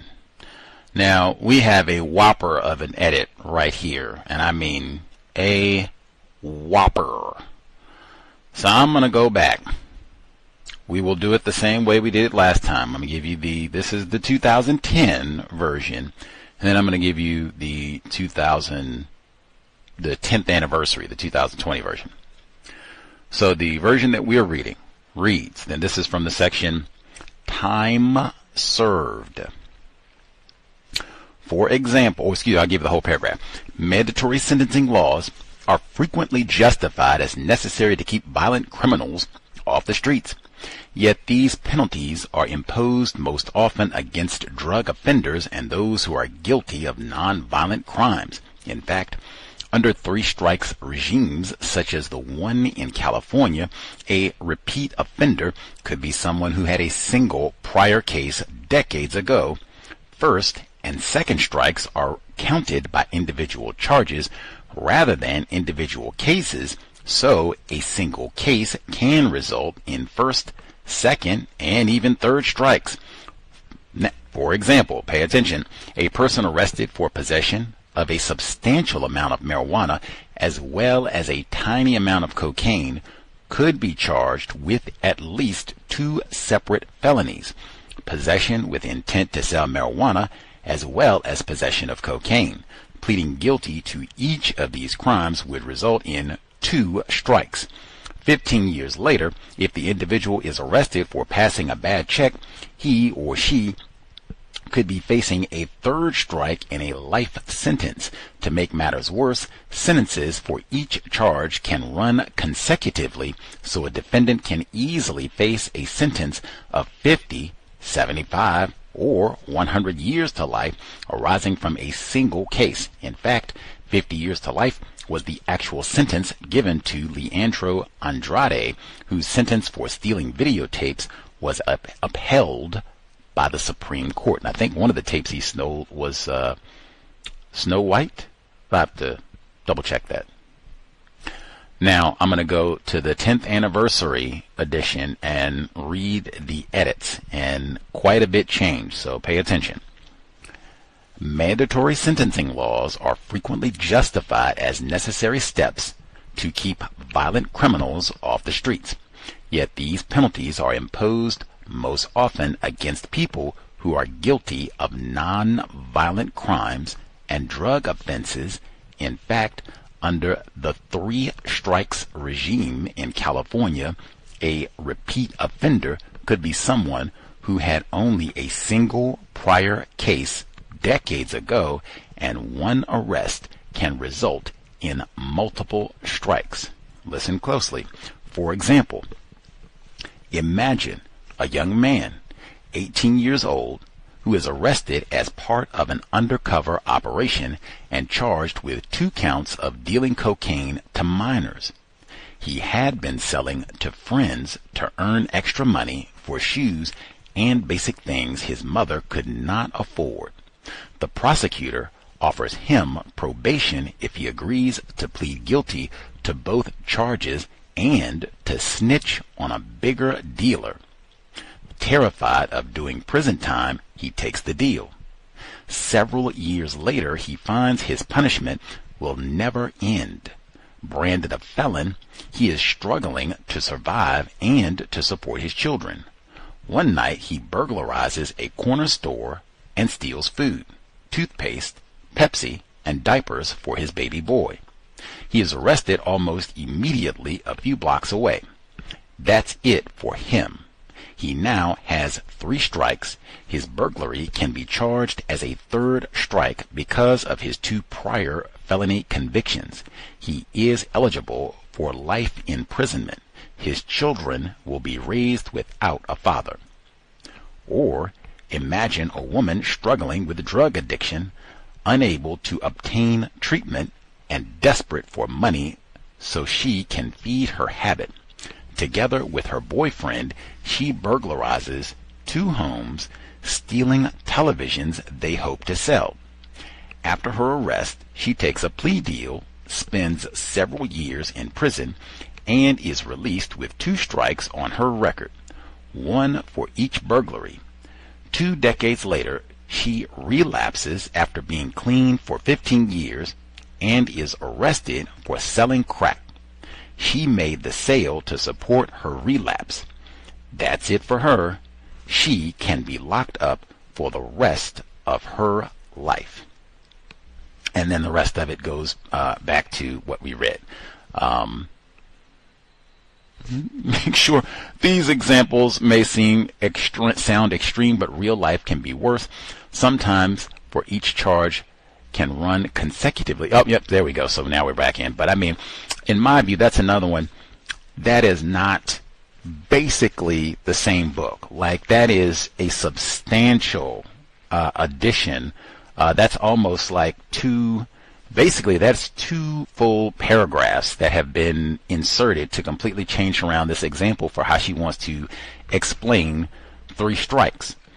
Some might think, well, hey, maybe she just wanted to add emphasis to this so that people can understand the arbitrary nature of these sentences and really how these 3 strikes play out. That's great and everything, but it reminded me last week, caller dialed in and they said, man, I think victim in New Jersey, and he said, man, I think she's kind of minimizing the damage that crack cocaine did to black people, the arrests and all of it, many levels of abuse. And I said, well, apparently Michelle Alexander agrees with you, because one of the edits was her to write specifically that no one can tell victims, non-white people, black people, can tell them that they are exaggerating the harm that crack did. She added that. So I said, apparently, maybe someone else gave her that criticism, that she didn't put enough emphasis on how much harm was wreaked on black people as a result of crack cocaine. It reminded me of that because I thought, man, there have to be so many cases in California. And I mean, you're a legal scholar, and she lived in California. You went to school in California, Stanford. you could have easily went and got specific cases where a black person, non-white person, white person even, where they were a victim of 3 strikes, and you could have picked some really egregious cases, you know. And third strike was stealing a Twinkie or something goofy. She could have got some real cases. She didn't do that. She gave us all this hyperbole to, I guess, make us, oh, they were stealing Pampers and Pepsi-Cola. I love a good soft drink, that sort of nonsense where, like I said, for me, like, you're a legal scholar. Why can't you pick some real, like I said, you do all this skipping over of the Black Panther Party and John Burge and legitimate examples to enforce the principles that you're talking about. This is another one where I thought, and it might just be me, but that's another one where I thought, like, man, why don't you pick some authentic examples as opposed to coming up with all of these hypothetical legal scenarios to make us, oh, and be weepy at the diapers. Oh, like, I don't, that's just my opinion. You can think about it. I know it might be difficult to, in an audible format, to listen to the differences in those 2 sections, especially the second one, because it's kind of lengthy. But if you need to see both books, you can easily get a copy of this old lame text. But I thought that was a profound edit, and again, that is not basically the same. That is a massive adjustment, and there are many of those throughout the text. In addition to, I'm not going to use the word felon. That popped up a few times in this section as well, her switching and coming up with different jargon to not call non-white people, black males, felons. Anyway, the number again, 720-716-7300, the code 564-943#. Press star 61 if you would like to participate. The email untiljustice@gmail.com. I'll finish up our second email, get our third email. Other folks who dialed in, don't wait till the last minute if you have thoughts, observations, and then we'll wrap it up for this here week. All right, finishing up email number 2. James Thomas and Johnny Lee Ball are both black, but Michelle Alexander does not state this. In fact, the legal misrepresentation and bad deal chapters refer to people and poor people without talking about the racism being practiced and the impact on black people. My conclusion after reading Bad Deal is that the system is operating exactly the way it is intended.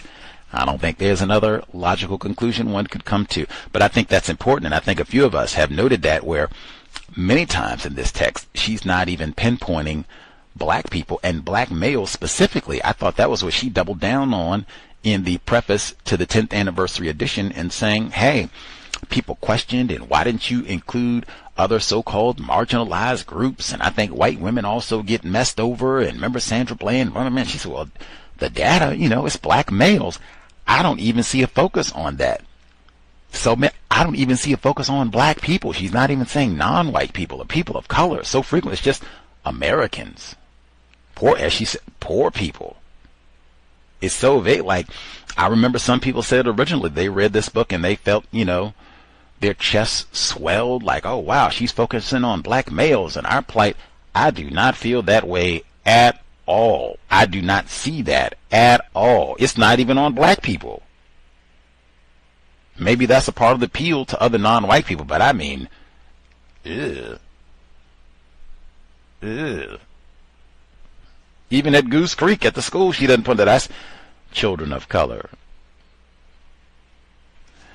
Go watch 60 Minutes and see what the children look like to you. Email number 3. Greetings, Gus, listeners, callers. Pays to play. Renaming it the Edward Byrne Memorial State and Local Law Enforcement Assistant Program after a New York City police officer who was shot to death. Millions of dollars in federal aid, military equipment to local police. White victims more likely to get crime bills named after them than black victims. Associated Press. Exceptions. Emmett Till Anti-Lynching Act, and it took them forever to pass that. Matthew Shepard and James Byrd Jr. Hate Crime Act. Most of the time they erase James Byrd Jr. Jasper, Texas, stand up. Matthew Shepard is not even a victim of a hate crime. Matthew Shepard should have been in this book. Peddling crank. They ain't gonna say they don't like the LGBTQ. Get out of the book of Matt. You need something to read that is better than this nonsense, red bone deception. Get the book of Matt. You'll learn Matt Shepard is not the victim of a hate crime. Get out of here. Waging war. SWAT teams originated in the 1960s and gradually became more common in the 1970s, but until the drug war, they were used rarely, primarily for extraordinary emergency situations such as hostage takings, hijackings, or prison escapes. I do not think that this section is completely accurate. I think it's a lie. We discussed the history of SWAT during the book club section, The Run of His Life. Jeff Toobin. SWAT teams were first formed in L.A. in the 1966. They were formed because of concerns regarding racial unrest. They were first used against the Black Panthers, 1969, and the Symbionese Liberation Army, Jim Jones, in 1973. See History of SWAT Teams, the Birth and Evolution of SWAT Units, Police Magazine, 1977. Number 2, transformation from community policing to military policing began in 1981 when President Reagan persuaded Congress to pass the Military Cooperation and Law Enforcement Act. There may not be much fundamental difference for non-white victims between community versus military policing, maybe just access to military equipment. Again, now, it may have been an increase where you have a greater volume of equipment, but you can go back and look and see white people bragging about getting their nigger-stopping tanks in the 60s, 20 years before what Michelle Alexander is talking about. And the police canines, too. Finders keepers. Reagan administration provided law enforcement another financial incentive to devote extraordinary resources to drug law enforcement. Rather than more serious crimes, state and local law enforcement agencies were granted the authority to keep for their own use the vast majority of cash and assets they seize. In 2015, President Obama administration issued a directive that limited the ability of federal agencies to seize assets under state laws, particularly involving medicinal marijuana, where it was legal at the state level. The Trump administration reversed these directives.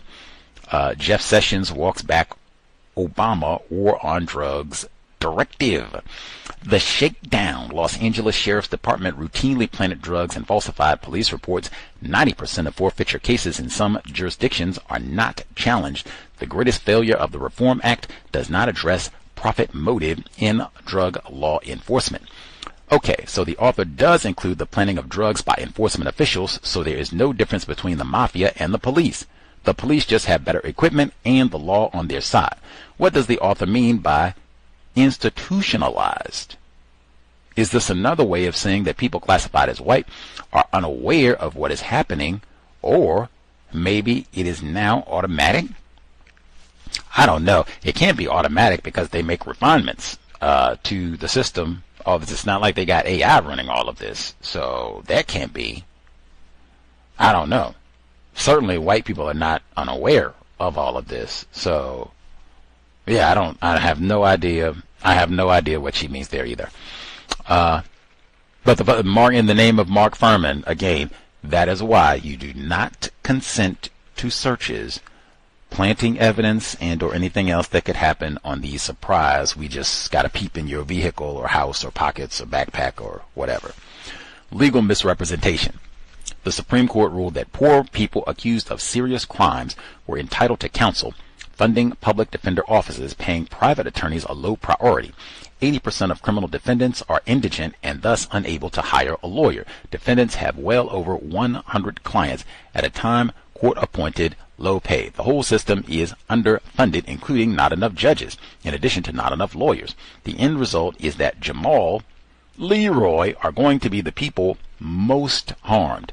California courts are underfunded, leading to delays, cases, Chief Justice says. And this has been like long time, nothing new, backlogs and all the rest, especially if you're going to lock up all these niggers and dark people. Well, yeah, back on it. Especially, it would be even worse if all these dark people, if they could get a Johnny Cochran, like, oh my God, it would be shut down the whole thing. 2, children routinely waive their right to counsel in juvenile proceedings in some states such as Ohio. Carter Stewart, stand up! As many as 90% of children charged with criminal wrongdoing are not represented by a lawyer. Ohio disproportionately incarcerates black youth. In 2018, youth incarceration 55.6 black, 33.1% white, 11.13% other. 2018 overall Ohio youth population, Ohio 15% black, 15.8 to be exact. Population is 15.8% black youth. The youth incarceration rate is 55.6% black youth. Wow. Bad deal. Harsh sentencing laws encourage people to snitch. It is impossible to know how many people are convicted due to lying informants and paid witnesses. The role of informants has been a continual discussion on the C.O.W.S. See C.O.W.S. Book Club. Inadmissible Evidence by Evelyn Williams. C.O.W.S. guest, The Assassination of Fred Hampton by Jeffrey Haas. Recent C.O.W.S. guest, Dr. Kenneth O'Reilly, author of Racial Matters, the FBI secret file on Black America. And I was thinking way back, because we've been here so long, Alondra Nelson. She literally wrote the book Snitching. Law professor and racially ambiguous. I remember Gus got that question in before she departed the program, but ooh-wee, that book, lots of great information, and all about racism, white supremacy, the unreliability of snitches. It literally, I think, was published like the same time, within a year or two of when the new Jim Crow was published back in 2010. But Alondra Nelson in the archives as well. Time served. Hamlin v. Michigan. Lockyer versus Andrade. 25 years without parole for a man who stole 3 golf clubs. 50 years without parole for another man stealing children's videotapes from a Kmart store. Writing for the court's majority, Sandra Day O'Connor, DEI judge, acknowledged that the sentences were severe but concluded that they are not grossly disproportionate to the offense punishments. Justice O'Connor, suspected racist, Stanford undergrad and Stanford Law School grad. She also sided with the majority opinion upholding the life sentence for 23 ounces of cocaine in Hamlin v. Michigan. White women do it best, meaning affirmative action. 2. Majority of these subject to harsh mandatory minimum sentences in the federal system are drug offenders. Most are low-level minor drug dealers, not drug kingpins. Steve Levitt, an economic professor at the University of Chicago, who describes the use of economic principles to areas which are not usually studied. He gave a TED Talk several years ago titled The Freakonomics of Crack Dealing. One of the interesting findings was that the lowest rung of the crack dealing hierarchy, street-level dealer, aka Jamal and Leroy, make less money on an hourly basis than working at McDonald's. Dang. 3. Some federal judges, including conservative judges, have quit in protest of federal drug laws and sentencing guidelines. I presume most of them are classified as white and just a bunch of refined, racist, white supremacists.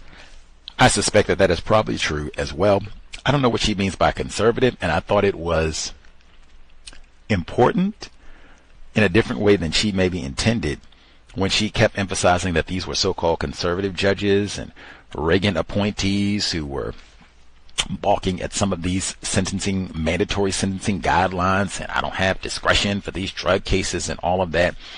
That does not impact me at all. Am I supposed to think like, oh wow, these are people that are supposed to be in support of drug laws? And I mean, wow, it must be really bad if Reagan appointees think it's like, no, that racial narrowing, cut all that out. Didn't? Hey, you just told us, Ohio, your husband, Carter Stewart, Democrat, in line with Billy Clinton and the other white Democrats, FDR, and we got all these black children locked up in Ohio. So what does that mean? Democrat, Republican, the problem is white people, not conservatives, not progressives, not liberals, not Republicans, white people. The prison label, once a person is labeled a felon, he or she is even that, like, I thought she said this book was about black dudes. He's trying to nudge white women.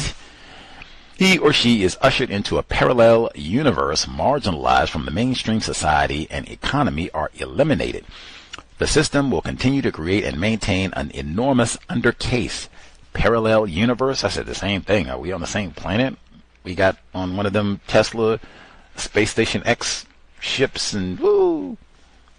Seems more akin to a living hell. The author discusses paying of fines, but does not discuss financial restitution, which is a different category of penalty. Restitution is not based on ability to pay. Moreover, often the government is considered the victim and gets the payment, as opposed to an individual persons who are victims of a crime. Sometimes the amounts are in millions of dollars, thus giving the felon a lifelong indebtedness even after serving a long prison sentence.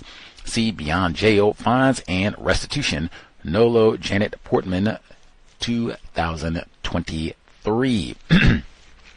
And we will stop there. Pick up for next week. The email again, untiljustice@gmail.com, *61 for other folks if you have thoughts, observations to share. Let's see. I'll nab a few of my thoughts in and make sure we didn't miss any comments from folks before we wrap up here. Let's see. Go back to the beginning of the chapter, or the audio second audio segment. Let's see.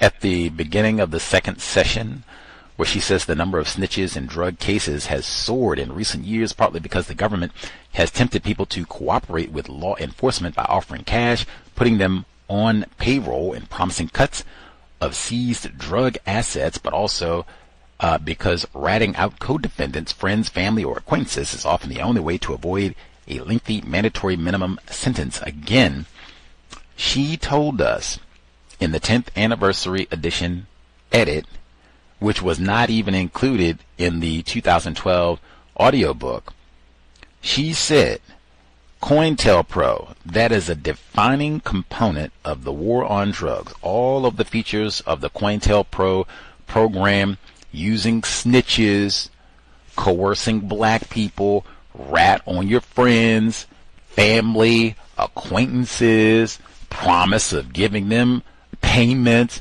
putting them on payroll like they did with William O'Neill, helped them drug and kill Fred Hampton. All of that is exactly what they did in COINTELPRO, which is, again, why I say the deception at this book is so just enormous, gargantuan.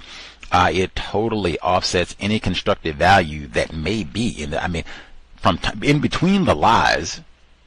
She does say a thing or two that is true, but wow, all of that value is obliterated with all of the willful lies and deception in this text. And I can't come to any other conclusion that, she corroborates this because she inserts COINTELPRO when she gives us the basically same book in 2020. COINTELPRO wouldn't have been there at all, and the Black Panther. She has them in the same paragraph. And if you look at it that way, then it's not loony. It's not a conspiracy theory when you look at the result of what happened with all of this, and it's, oh dang, they're applying the same techniques, even the tanks and militarization of police departments. All of that was happening in the 60s too, in response to black people trying to counter racism. That's a different way of approaching all of this. That, in my view, that's the accurate way of approaching all of this, based on evidence. Not what we got here, the red bone deception. She says, while such conduct is deplorable, it is not difficult to understand who among us would not be surprised, who among us would not be tempted to lie if it was the only way to avoid a 40-year sentence for a minor drug crime. While that is true, and I've used that same logic when talking to Dr. Kenneth O'Reilly and others about William O'Neill and black children, sometimes black teens, compelled to snitch and spy on people like 19-year-old Dr. Welsing, I had a slight chuckle to myself, like, oh yes, you gotta make, hey, I understand sometimes you got to lie. If I'm gonna write a whole book of lies, I ain't gonna go too difficult. I ain't gonna be too harsh on, telling lies. I ain't even talking about my racist parents, so racist parent, singular, racist mom. So yeah, I'm not gonna go too tough on folks telling lies. I know a little bit about that myself. The red bone deception. Let's see. When she gave the comparison for drug sentences in other parts of the world, I know there are other parts of the world where they have very harsh drug sentences, maybe even comparable to or more harsh than what we have here. You might get the death penalty in some places for all that drug. Like, they do not play with that at all. But I also thought it was significant. She brought up England specifically. I don't think they have the same population in terms of percentage. I think they have a lower population of black people specifically. And I think that has a huge bearing on their drug laws and penalties. I think they would be much more punitive, draconian, if they had a higher population of black people like we do here in the U.S. I have to double check my figures on that. I already gave you the massive edit, and I told you, in my view, she could have, if she really wanted to emphasize the 3 strikes law, she could have went, she is a legal scholar, she could have went and got exact cases to put a human face on how these laws are applied and the arbitrary nature. And like I said, somebody was stealing a bag of Cheetos or whatever. She could have went and got that case. She didn't do that. She went with, hyperbole, hypothetical examples. Which again shows, in my view, there is a legal detachment from all of this. There is not a genuine concern for the black people who are victims about all this. That's why that is a part of the reason why it's packaged with so many lies, deliberate lies, and minimizing of the impact of all of this.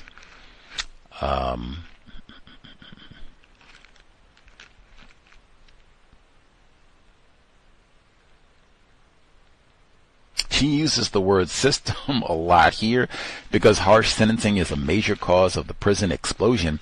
One might reasonably assume that substantially reducing the length of prison sentences would effectively dismantle this new system of control. That view, however, is mistaken. The system depends on the prison label, not prison time. Now, that is important. Hey, you are the ghetto, as Fuller told us. That is important. But I said that would be a reason why I'm not going to stop using the word felon.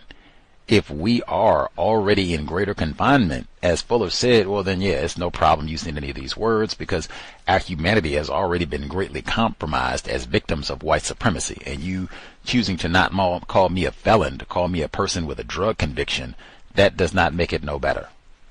For a person convicted of a drug crime as opposed to a felon, that does not make it no better for me at all. I don't feel no teaspoon more dignity. Let's see.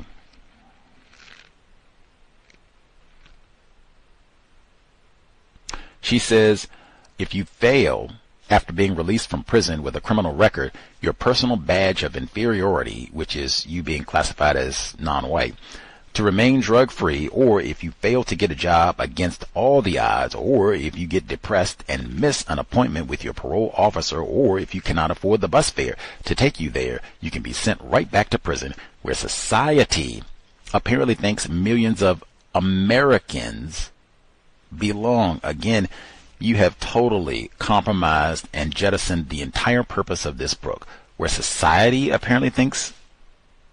Who are you talking about? I thought at least somebody was colorblind, I thought, and allowed all this to happen. No. Be clear, man. Be clear. Where your grandfather, where your racist white family, that's where they think your black dad belongs. Be clear. And then the second portion, millions of Americans? Are you talking about poor white people? They didn't get their bribe? Who are you talking about?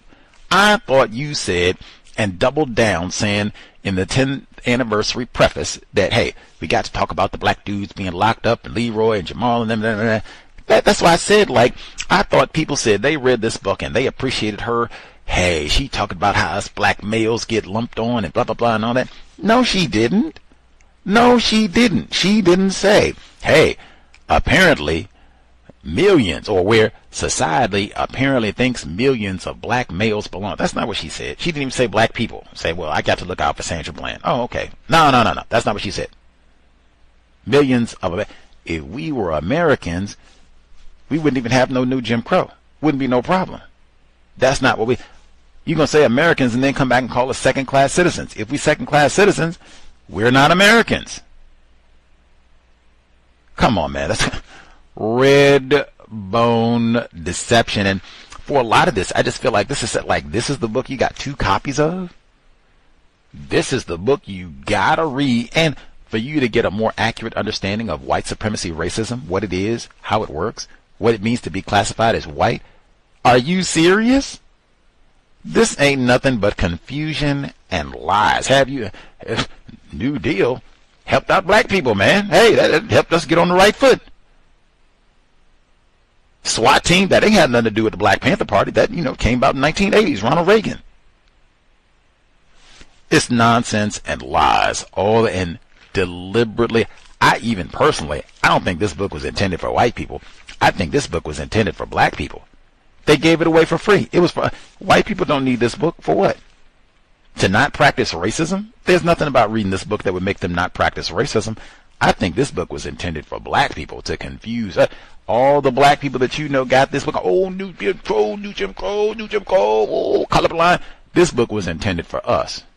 Screw up our brain computer. Have us sounding like her. Not all white people's is red. And then, like he said, no, red bone deception. I'm going to keep reading and think about that, but we were talking about who was this book intended for. I think this book was intended for victims of white supremacy to confound our understanding of racism.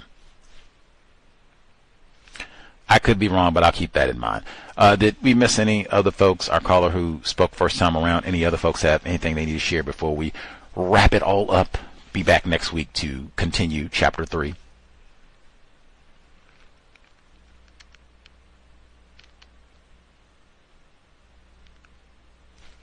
Grand. Drop an email. Let us know, folks, following along in the archives. We're picking up next Friday, Chapter 3, The Color of Justice. And I can't say enough. Some of this, man, there's so many books written on prisons. I mean, prisons and racism specifically. I guess if you don't read, if you don't study racism, white supremacy scientifically, seriously, you wouldn't know that.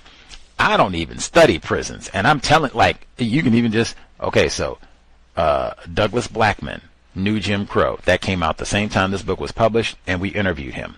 Robert Perkinson, white man, he wrote the book Texas Tough. That's all about prisons. Came out the same time this book was published. There are literally book reviews in newspapers about New Jim Crow and Texas Tough together because they're on the same topic, racism in prisons, published together. Robert Perkinson was a guest on the program. I just told you, Alondra Nelson, the book Snitching, about the whole chunk that we heard about today and how they are a part of the corrupt and racist so-called criminal justice system and they're not reliable and all that. She was a guest on the program in 2011. I suspect most of the people who read this book have not read those other, but maybe Douglas Blackman's Slavery by Another Name, maybe, because that was pretty popular, got a lot of attention. They made a documentary out of that book, maybe, but that's kind of a thick book too, so I suspect a lot of us didn't read it. But those other two, man, I suspect a lot of us have never heard of those books. Texas Tough, Snitching, didn't even know that these books existed, much less how they relate to racism, white supremacy. So I suspect if you're someone who doesn't study a lot, limp noodle, you might be, wow, this is amazing, or trick. But I mean, if you study, even some of the times where she talks about things that are accurate, like in Wisconsin and some of the areas where they talked about the civil asset forfeiture, she was citing studies that were done last century in the 90s. Like, this is not even new, even from the time it was published in 2010. You're citing old scholarship. This is work that's already been done. She even had Gary Webb in there about driving while black. That's old from when this book was originally published in 2010. It doesn't even strike me as, wow, this is like new scholarship. She's saying something refreshing for 2010. This is a new analysis, a paradigm shift in terms of how we understand the carceral system. Not even close. It is an embarrassment and a deception. I can't say enough. I am embarrassed to be even like distantly, remotely connected to anybody, white or non-white, who thought this book was anything other than a disgrace and a lie. Red bone deception. And we'll end there for this week. It might be worse than Fourth. That's kind of a spot holder for the time being, but it might be worse than the fourth worst book ever. Easily could be worse. 4 for right now. We'll be here tomorrow at 8 p.m. Eastern, 5 p.m. Pacific. Review the past week on the plantation. Sobriety would be best, especially with what we are reading here. Creator, we ask that you remind us, stop saying not all white people are racist. What about Michelle Alexander's mother? Stop saying not all white people are racist. Stop name-calling people classified as black. It has been time. Replace white supremacy with justice immediately. The red bone deception continues. Cow signing out. Thanks all for tuning in. Nigga, you so brainwashed. I'm a victim, brother. Problem. You're a victim. I'm a victim of 400 years of conditioning. Shut up. The man has programmed my condition. Even my conditioning has been conditioned.